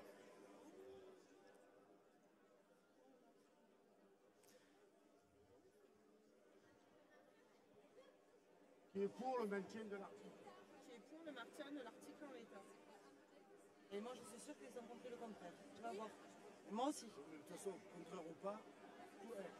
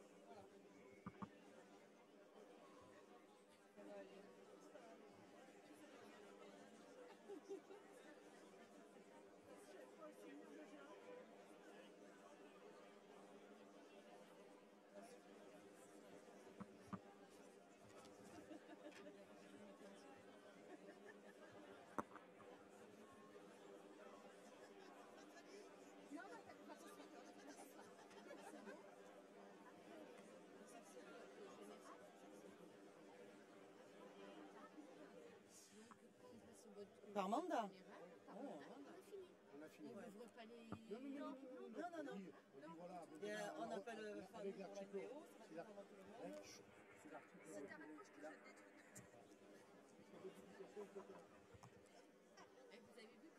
Donc c'est fini pour la...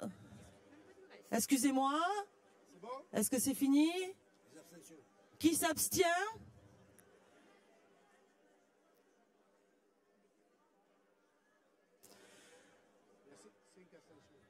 Les camarades des responsables des délégations, s'il vous plaît. Merci. Qui s'abstiennent? Putain, mais c'est pas vrai. Là. Bon, de toute façon, il n'y a pas les deux tiers.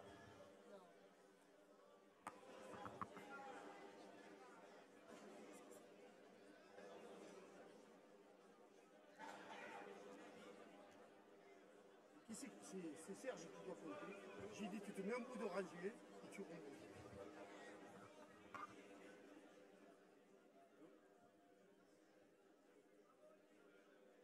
Oui. Je t'entends.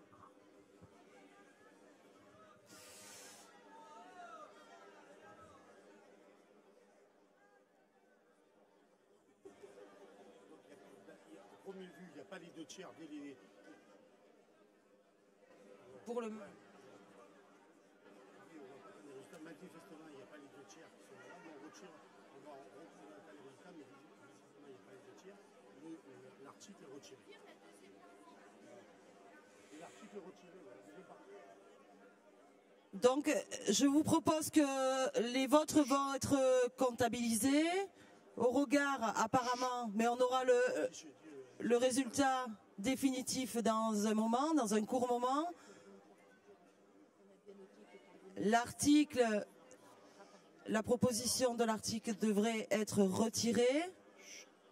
Mais on va vous donner le résultat tout à l'heure. Ce que je vous propose, vous savez qu'il y a quand même, s'il vous plaît, merci, il va avoir le statut dans son ensemble à voter, qui va être vote par mandat. Oui? Ah bon. Non, pardon, Eric. Je pensais qu'il me disait non encore. Alors je dis, bon, je n'avais pas compris, mais bon, voilà. Donc c'est bien mandat par vote. Donc vous devez avoir, est-ce que vous avez déjà les chemises? Donc je vous invite à voter. Et que les délégations...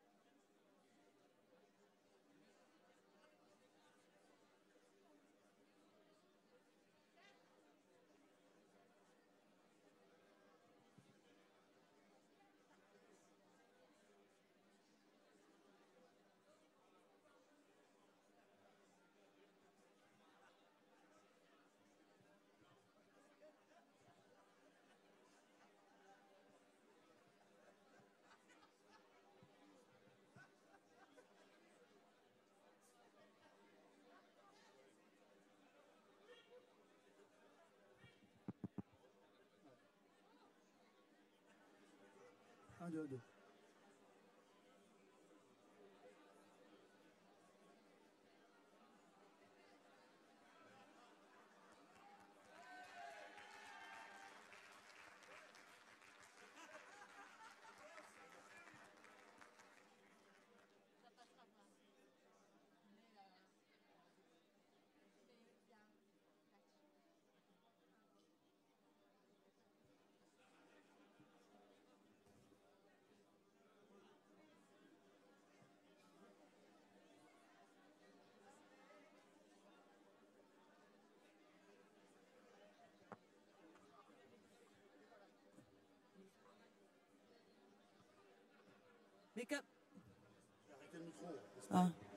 Mes camarades, les bulletins arrivent.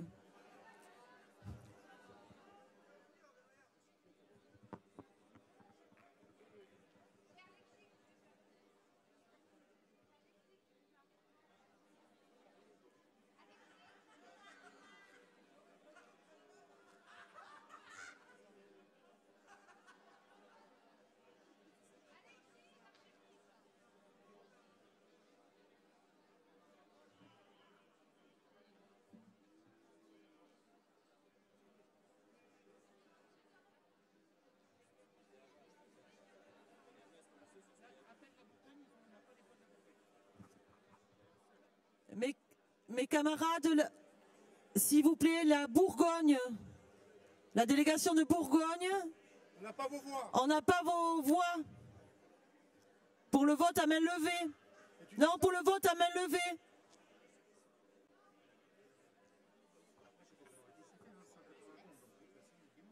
Parce qu'on va attendre le...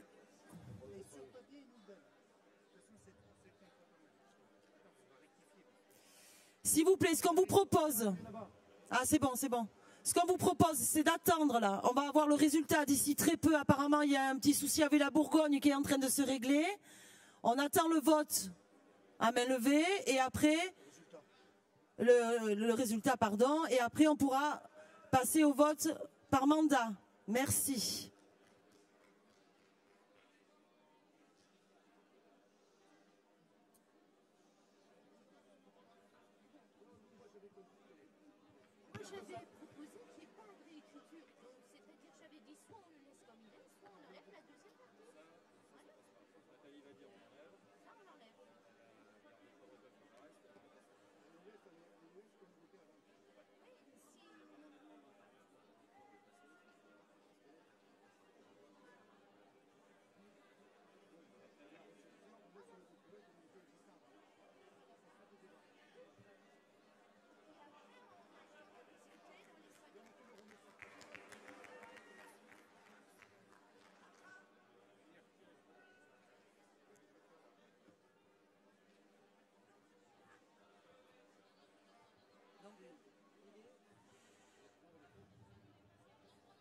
S'il vous plaît, je vais vous annoncer les résultats du vote à main levée, s'il vous plaît.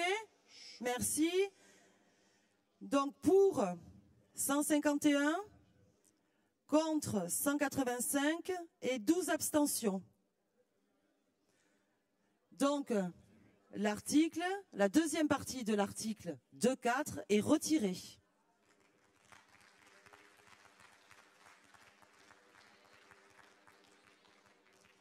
Donc maintenant, je vous invite à voter. Ah oui. Donc je laisse la parole à Nathalie. S'il te plaît, Nathalie.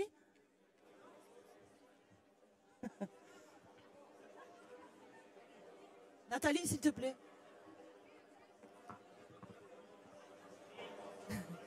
Donc, s'il vous plaît.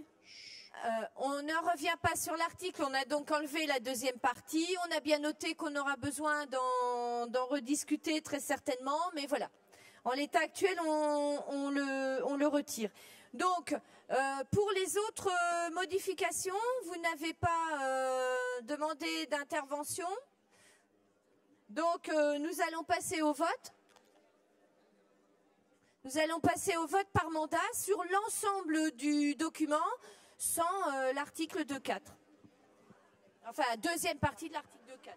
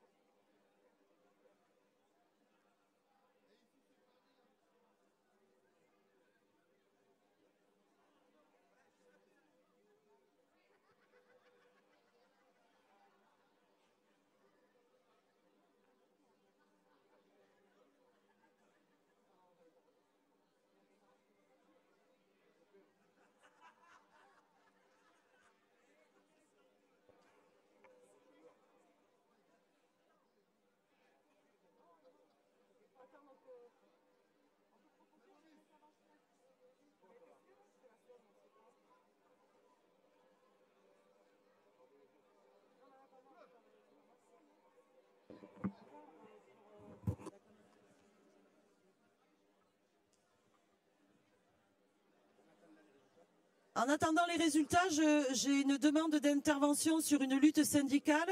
Donc Brou Richard de la CSD de la Somme.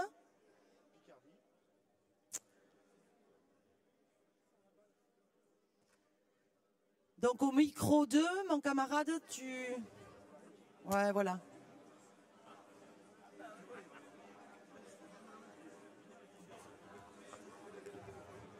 Avant qu'ils prennent la parole, je voulais parler aussi un peu, lors du congrès, excusez-moi, lors du congrès, on a beaucoup parlé des jeunes, les jeunes militants, et on a discuté avec plusieurs d'entre eux, et je voulais rappeler qu'il y avait un collectif fédéral qui aujourd'hui est en difficulté. Donc je voulais faire l'annonce qu'il y avait un collectif fédéral jeune donc à la fédération et que tous les camarades, les jeunes de moins de 35 ans, sont invités bien sûr à participer activement. Alors je pense aux camarades de PACA puisqu'on en a discuté avec eux pour participer au collectif jeune et afin de développer leurs revendications sur les territoires. Voilà, donc j'invite bien sûr les camarades du PACA avec qui on a échangé longuement à se rapprocher de la fédération. Voilà sur ça. Et donc Richard, je te donne la parole au micro 2. Bonjour à tous et bonne fête à toutes les Delphines, vous m'avez de le dire. Je voudrais parler d'une lutte qui a duré qui est en route depuis plus de 7 ans chez nous dans la Somme. Une lutte syndicale, le syndicat CGT qui tient en mal une des plus grosses multinationales de France, Goodyear. Les Goodyear, depuis 7 ans, tiennent le haut du pavé, on le sait tous, au niveau des médias et tout. Goodyear a refoulé, le syndicat CGT de chez Goodyear a refoulé le patronat, a refoulé la multinationale, puisque aucun licenciement n'avait réussi à avoir lieu depuis plus de 7 ans.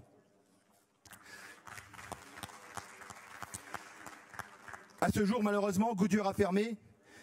Mais il y a 2 jours, les leaders syndicaux de chez Goodyear sont passés au tribunal correctionnel. Je vais vous dire un petit peu, donc on a eu un compte rendu de notre UD aujourd'hui, et je vais vous dire ce qui est dit. Voilà. Chers camarades, il y a parfois des coïncidences qui révèlent une constance dans le traitement et par le système capitaliste de ceux qui relèvent la tête. Ce mardi 24 novembre, au palais de justice d'Amiens, 8 salariés de Goodyear, dont des syndicalistes CGT, ont comparu devant le tribunal correctionnel. Ces 8 travailleurs sont accusés à tort d'avoir séquestré 2 cadres de l'entreprise. Après 2 heures d'audience, le procureur a requis 2 ans d'emprisonnement, donc 1 avec sursis.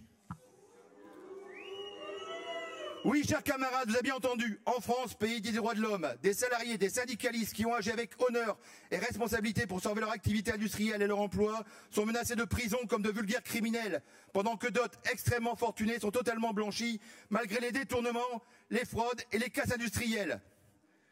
La volonté patronale et gouvernement est claire. Tous ceux qui osent contester, protester, construire un autre avenir doivent s'attendre à recevoir les foudres du pouvoir économique et politique.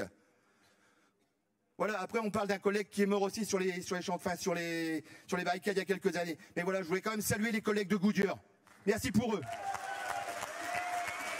Et merci à Linda qui nous a prêté son apport.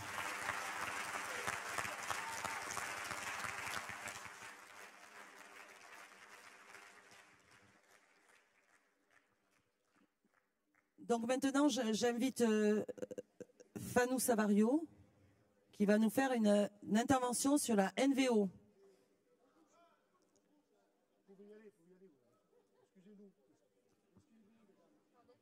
Avant, excusez-moi, on remercie peut-être les camarades de la commission, Nathalie, Caroline.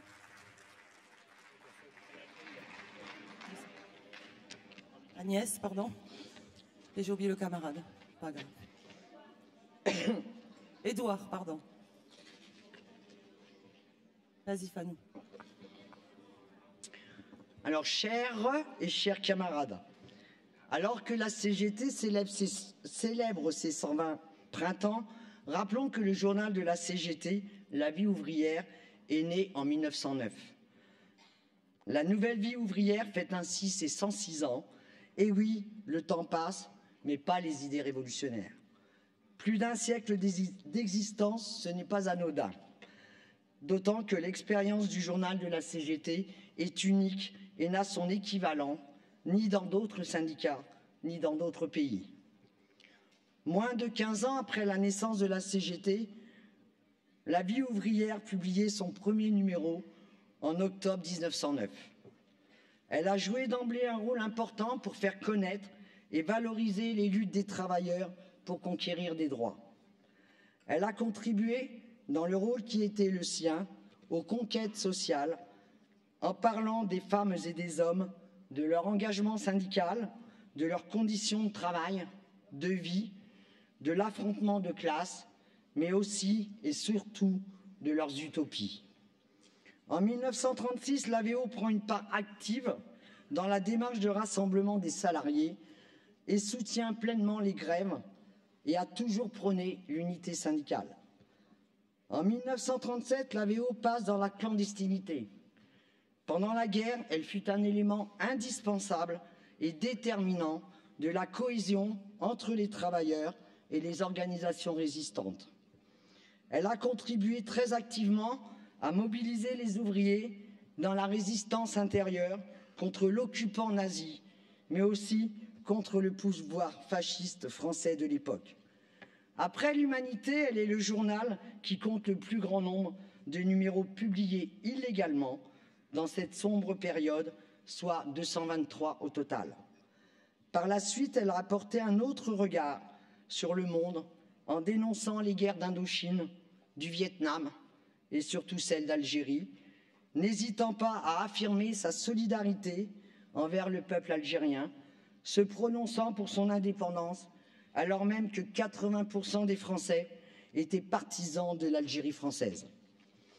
En 1968, le journal de la CGT continue de paraître grâce à la solidarité des ouvriers de la presse, soucieux de la bataille des idées.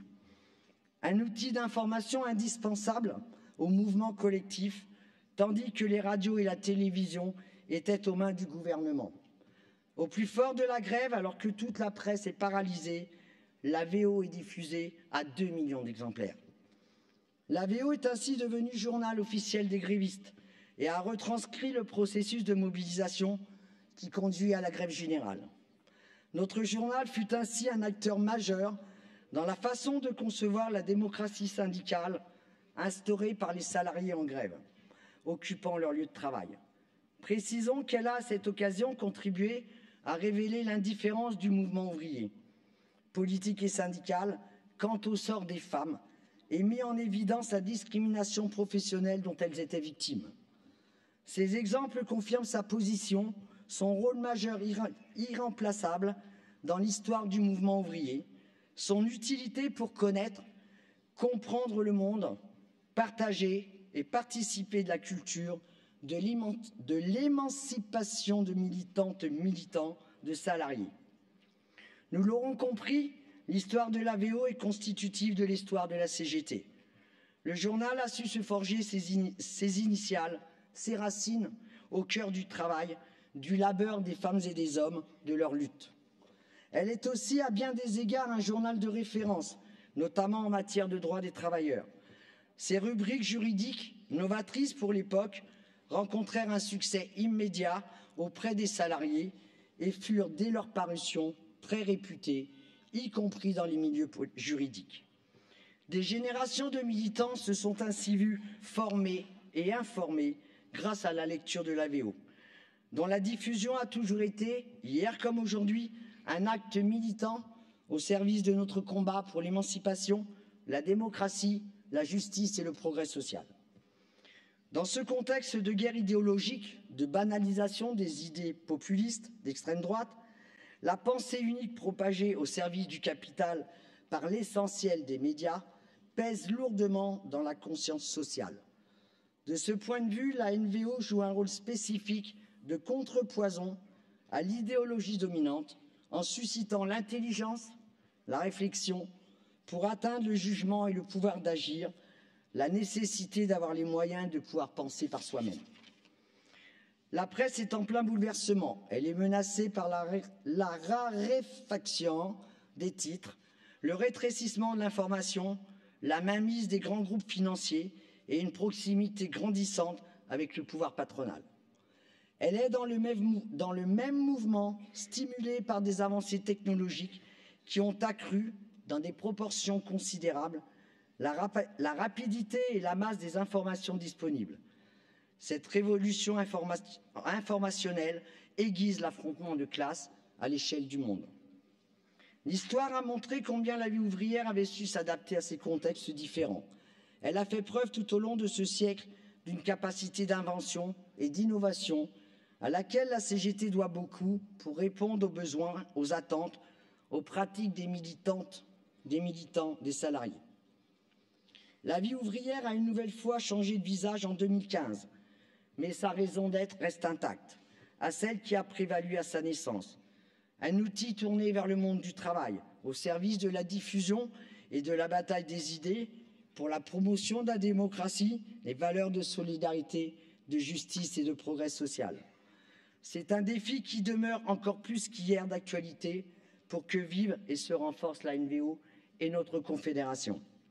Car nous le savons, la bataille des idées ne peut se mener sans lire CGT. Savoir ce que dit et propose la CGT, connaître les luttes, les succès qui se déroulent pour donner espoir et confiance aux travailleurs, appréhender le contenu des différentes lois et réformes pour mieux anticiper, déconstruire la pensée unique et mettre nos propositions en débat, pour ne citer que ces quelques exemples. Lire CGT est donc plus qu'indispensable dans cette période où patronat et gouvernement, médias, cherchent par tous les moyens à nous isoler, à nous faire douter de notre démarche, de notre utilité, alors qu'ils foulent aux pieds la démocratie et que l'exaspération grandit parmi les travailleurs, faute d'être écoutés et entendus. C'est vrai, la lecture CGT demande un effort de chacune et chacun. Mais qui mieux que la militante, le militant peut parler de la CGT? Lire CGT, c'est affirmer une démarche fondée sur la formation, l'information de chaque syndiqué, afin qu'il devienne acteur, auteur, décideur au sein de son organisation, mais également qu'il anime une activité syndicale sur son lieu de travail, favorisant la capacité et le pouvoir d'agir de chaque salarié sur son travail, ses préoccupations. Être formé et informé tout au long de son parcours militant, c'est pouvoir disposer des éléments nécessaires, des arguments pour se forger sa propre réflexion et l'articuler aux réalités de son entreprise, de son territoire, pour engager le débat avec les salariés, répondre à leurs interrogations, leurs questionnements et construire avec eux le cahier de revendications, les formes d'action adaptées et nécessaires pour obtenir satisfaction. Vous pourrez également me rétorquer qu'il existe une surabondance de publications CGT à tous les niveaux de notre organisation.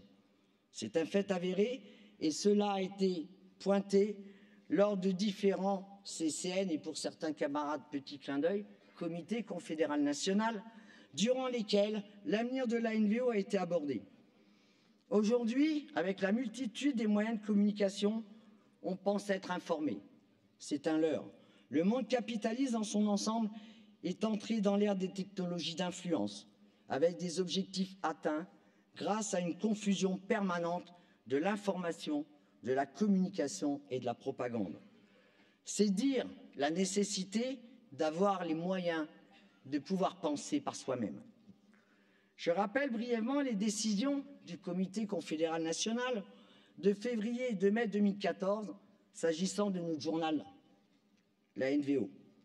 Le versement d'une quote-part financière de chaque organisation en 2014 et 2015 pour aider à la pérennité de l'entreprise de presse, la société anonyme, Nouvelle Vie Ouvrière et sa transformation.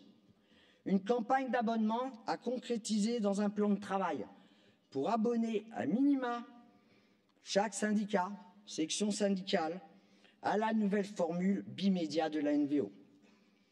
Pour mémoire, il est composé d'un magazine, mais vous le savez, vous m'avez vu toute la semaine, papier mensuel 10 mois et d'un site de presse articulant actualité sociale, services juridiques, plus la VO impôt compris dans l'abonnement. Notre fédération a validé ces propositions et les a mises en œuvre. Pour la quote-part financière de chaque organisation, notre fédération a versé 19 345,18 € pour 2014 et 40 348,50 € pour 2015. Vous pourriez me dire un plan de sauvetage de plus, d'accord, mais la question à se poser n'est-elle pas la presse CGT est-elle utile pour nos structures, organisations, syndiqués? Pour ma part, j'en suis persuadé et je suis sûr que c'est pareil pour vous. Pour les abonnements de notre fédération, 1111 abonnements comptabilisés en juillet 2015, 1134 en août 2015. Sommes-nous en mode diesel? La décision 11 du 10e congrès, que je vous rappelle, le développement d'informations syndicales de nos militantes et syndiqués est un élément structurant majeur du développement de la syndicalisation et du rapport de force. Pour y contribuer, le congrès décide que l'organisation syndicale, à tous les niveaux de la fédération, doit assurer l'abonnement à la NVO de chaque premier responsable de nos structures et coordinations et plus largement développer l'abonnement de tous les adhérents, des élus et mandatés. Et la décision 16 du 11e congrès que nous avons validée,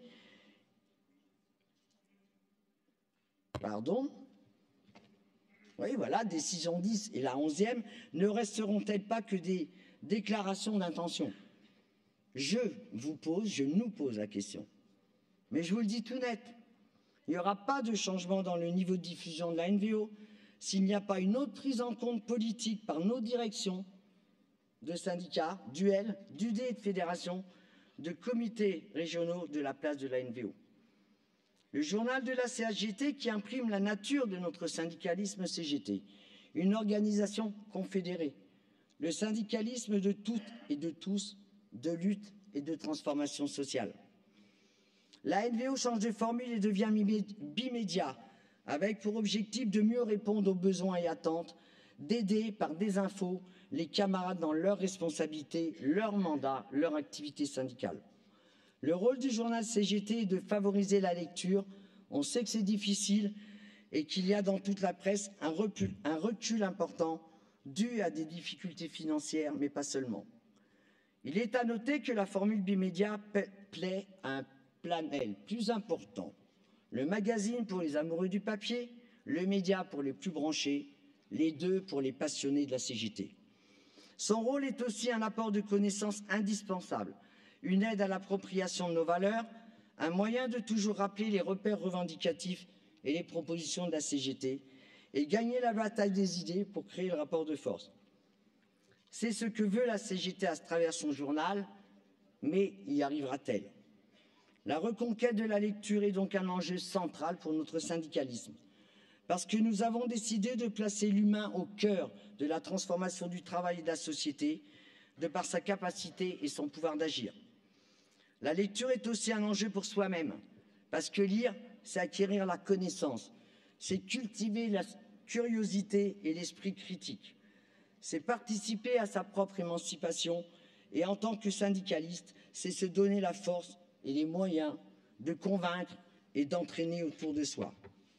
Lire CGT, c'est affirmer notre démarche fondée sur un syndicalisme d'adhérents, acteurs, décideurs, citoyens au sens de son organisation, au sein de son organisation et sur son lieu de travail. Être formé est informé tout au long de son parcours militant tel que le prévoit la charte des élus et mandatés. Quoi de plus structurant que la lecture et l'abonnement à la NVO pour chacun d'entre nous? Enfin, je dirais, notre journal est malade. Nous lui injectons régulièrement de l'adrénaline, mais cela a des limites et ne fait que retarder l'issue fatale. Si nous ne voulons pas voir disparaître notre journal, indissociable de l'activité syndicale, alors donnons-nous les moyens et engageons une véritable campagne d'abonnement. Un syndicat, un abonnement, je vous l'ai dit au début de mon intervention. Ce n'est pas simplement pour se faire plaisir. Mes camarades, c'est la continuité, voire la survie de notre journal qui est en jeu. Alors, camarades, je vous le dis, nous avons des responsabilités. Quand nous votons des décisions avec la main gauche, ne gardons pas nos mains dans les poches. Nous devons le faire, nous pouvons faire que notre NVO continue. Alors là, 10 abonnements réalisés pendant notre congrès. Ah, 11! 12. Qui dit mieux? Ouais, 13. Bravo.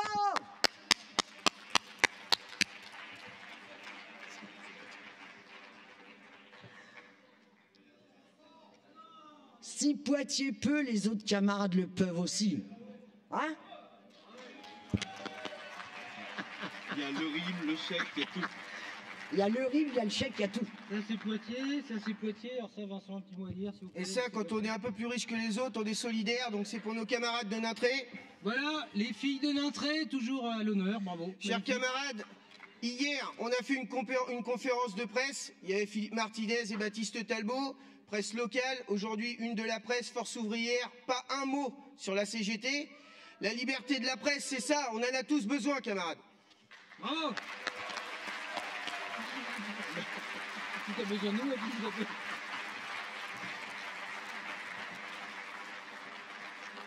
Donc juste pour finir, mais bon, pour 3 abonnements, on peut prendre un petit peu de temps. Hein.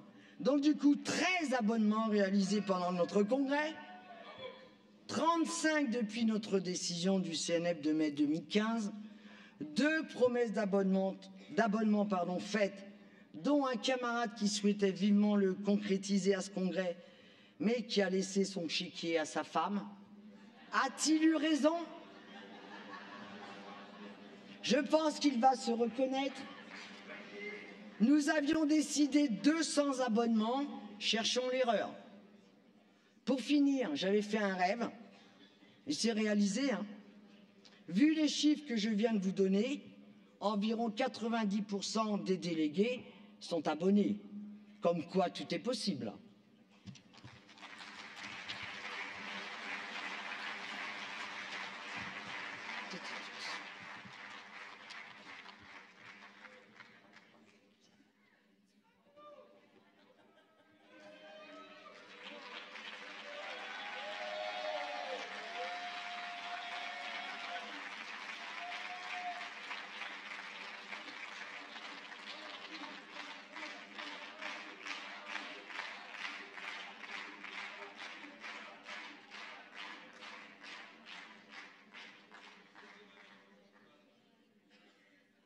Merci Fanou.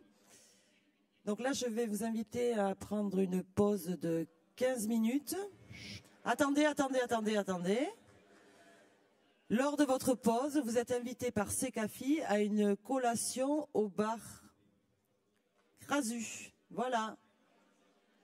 15 minutes, les camarades.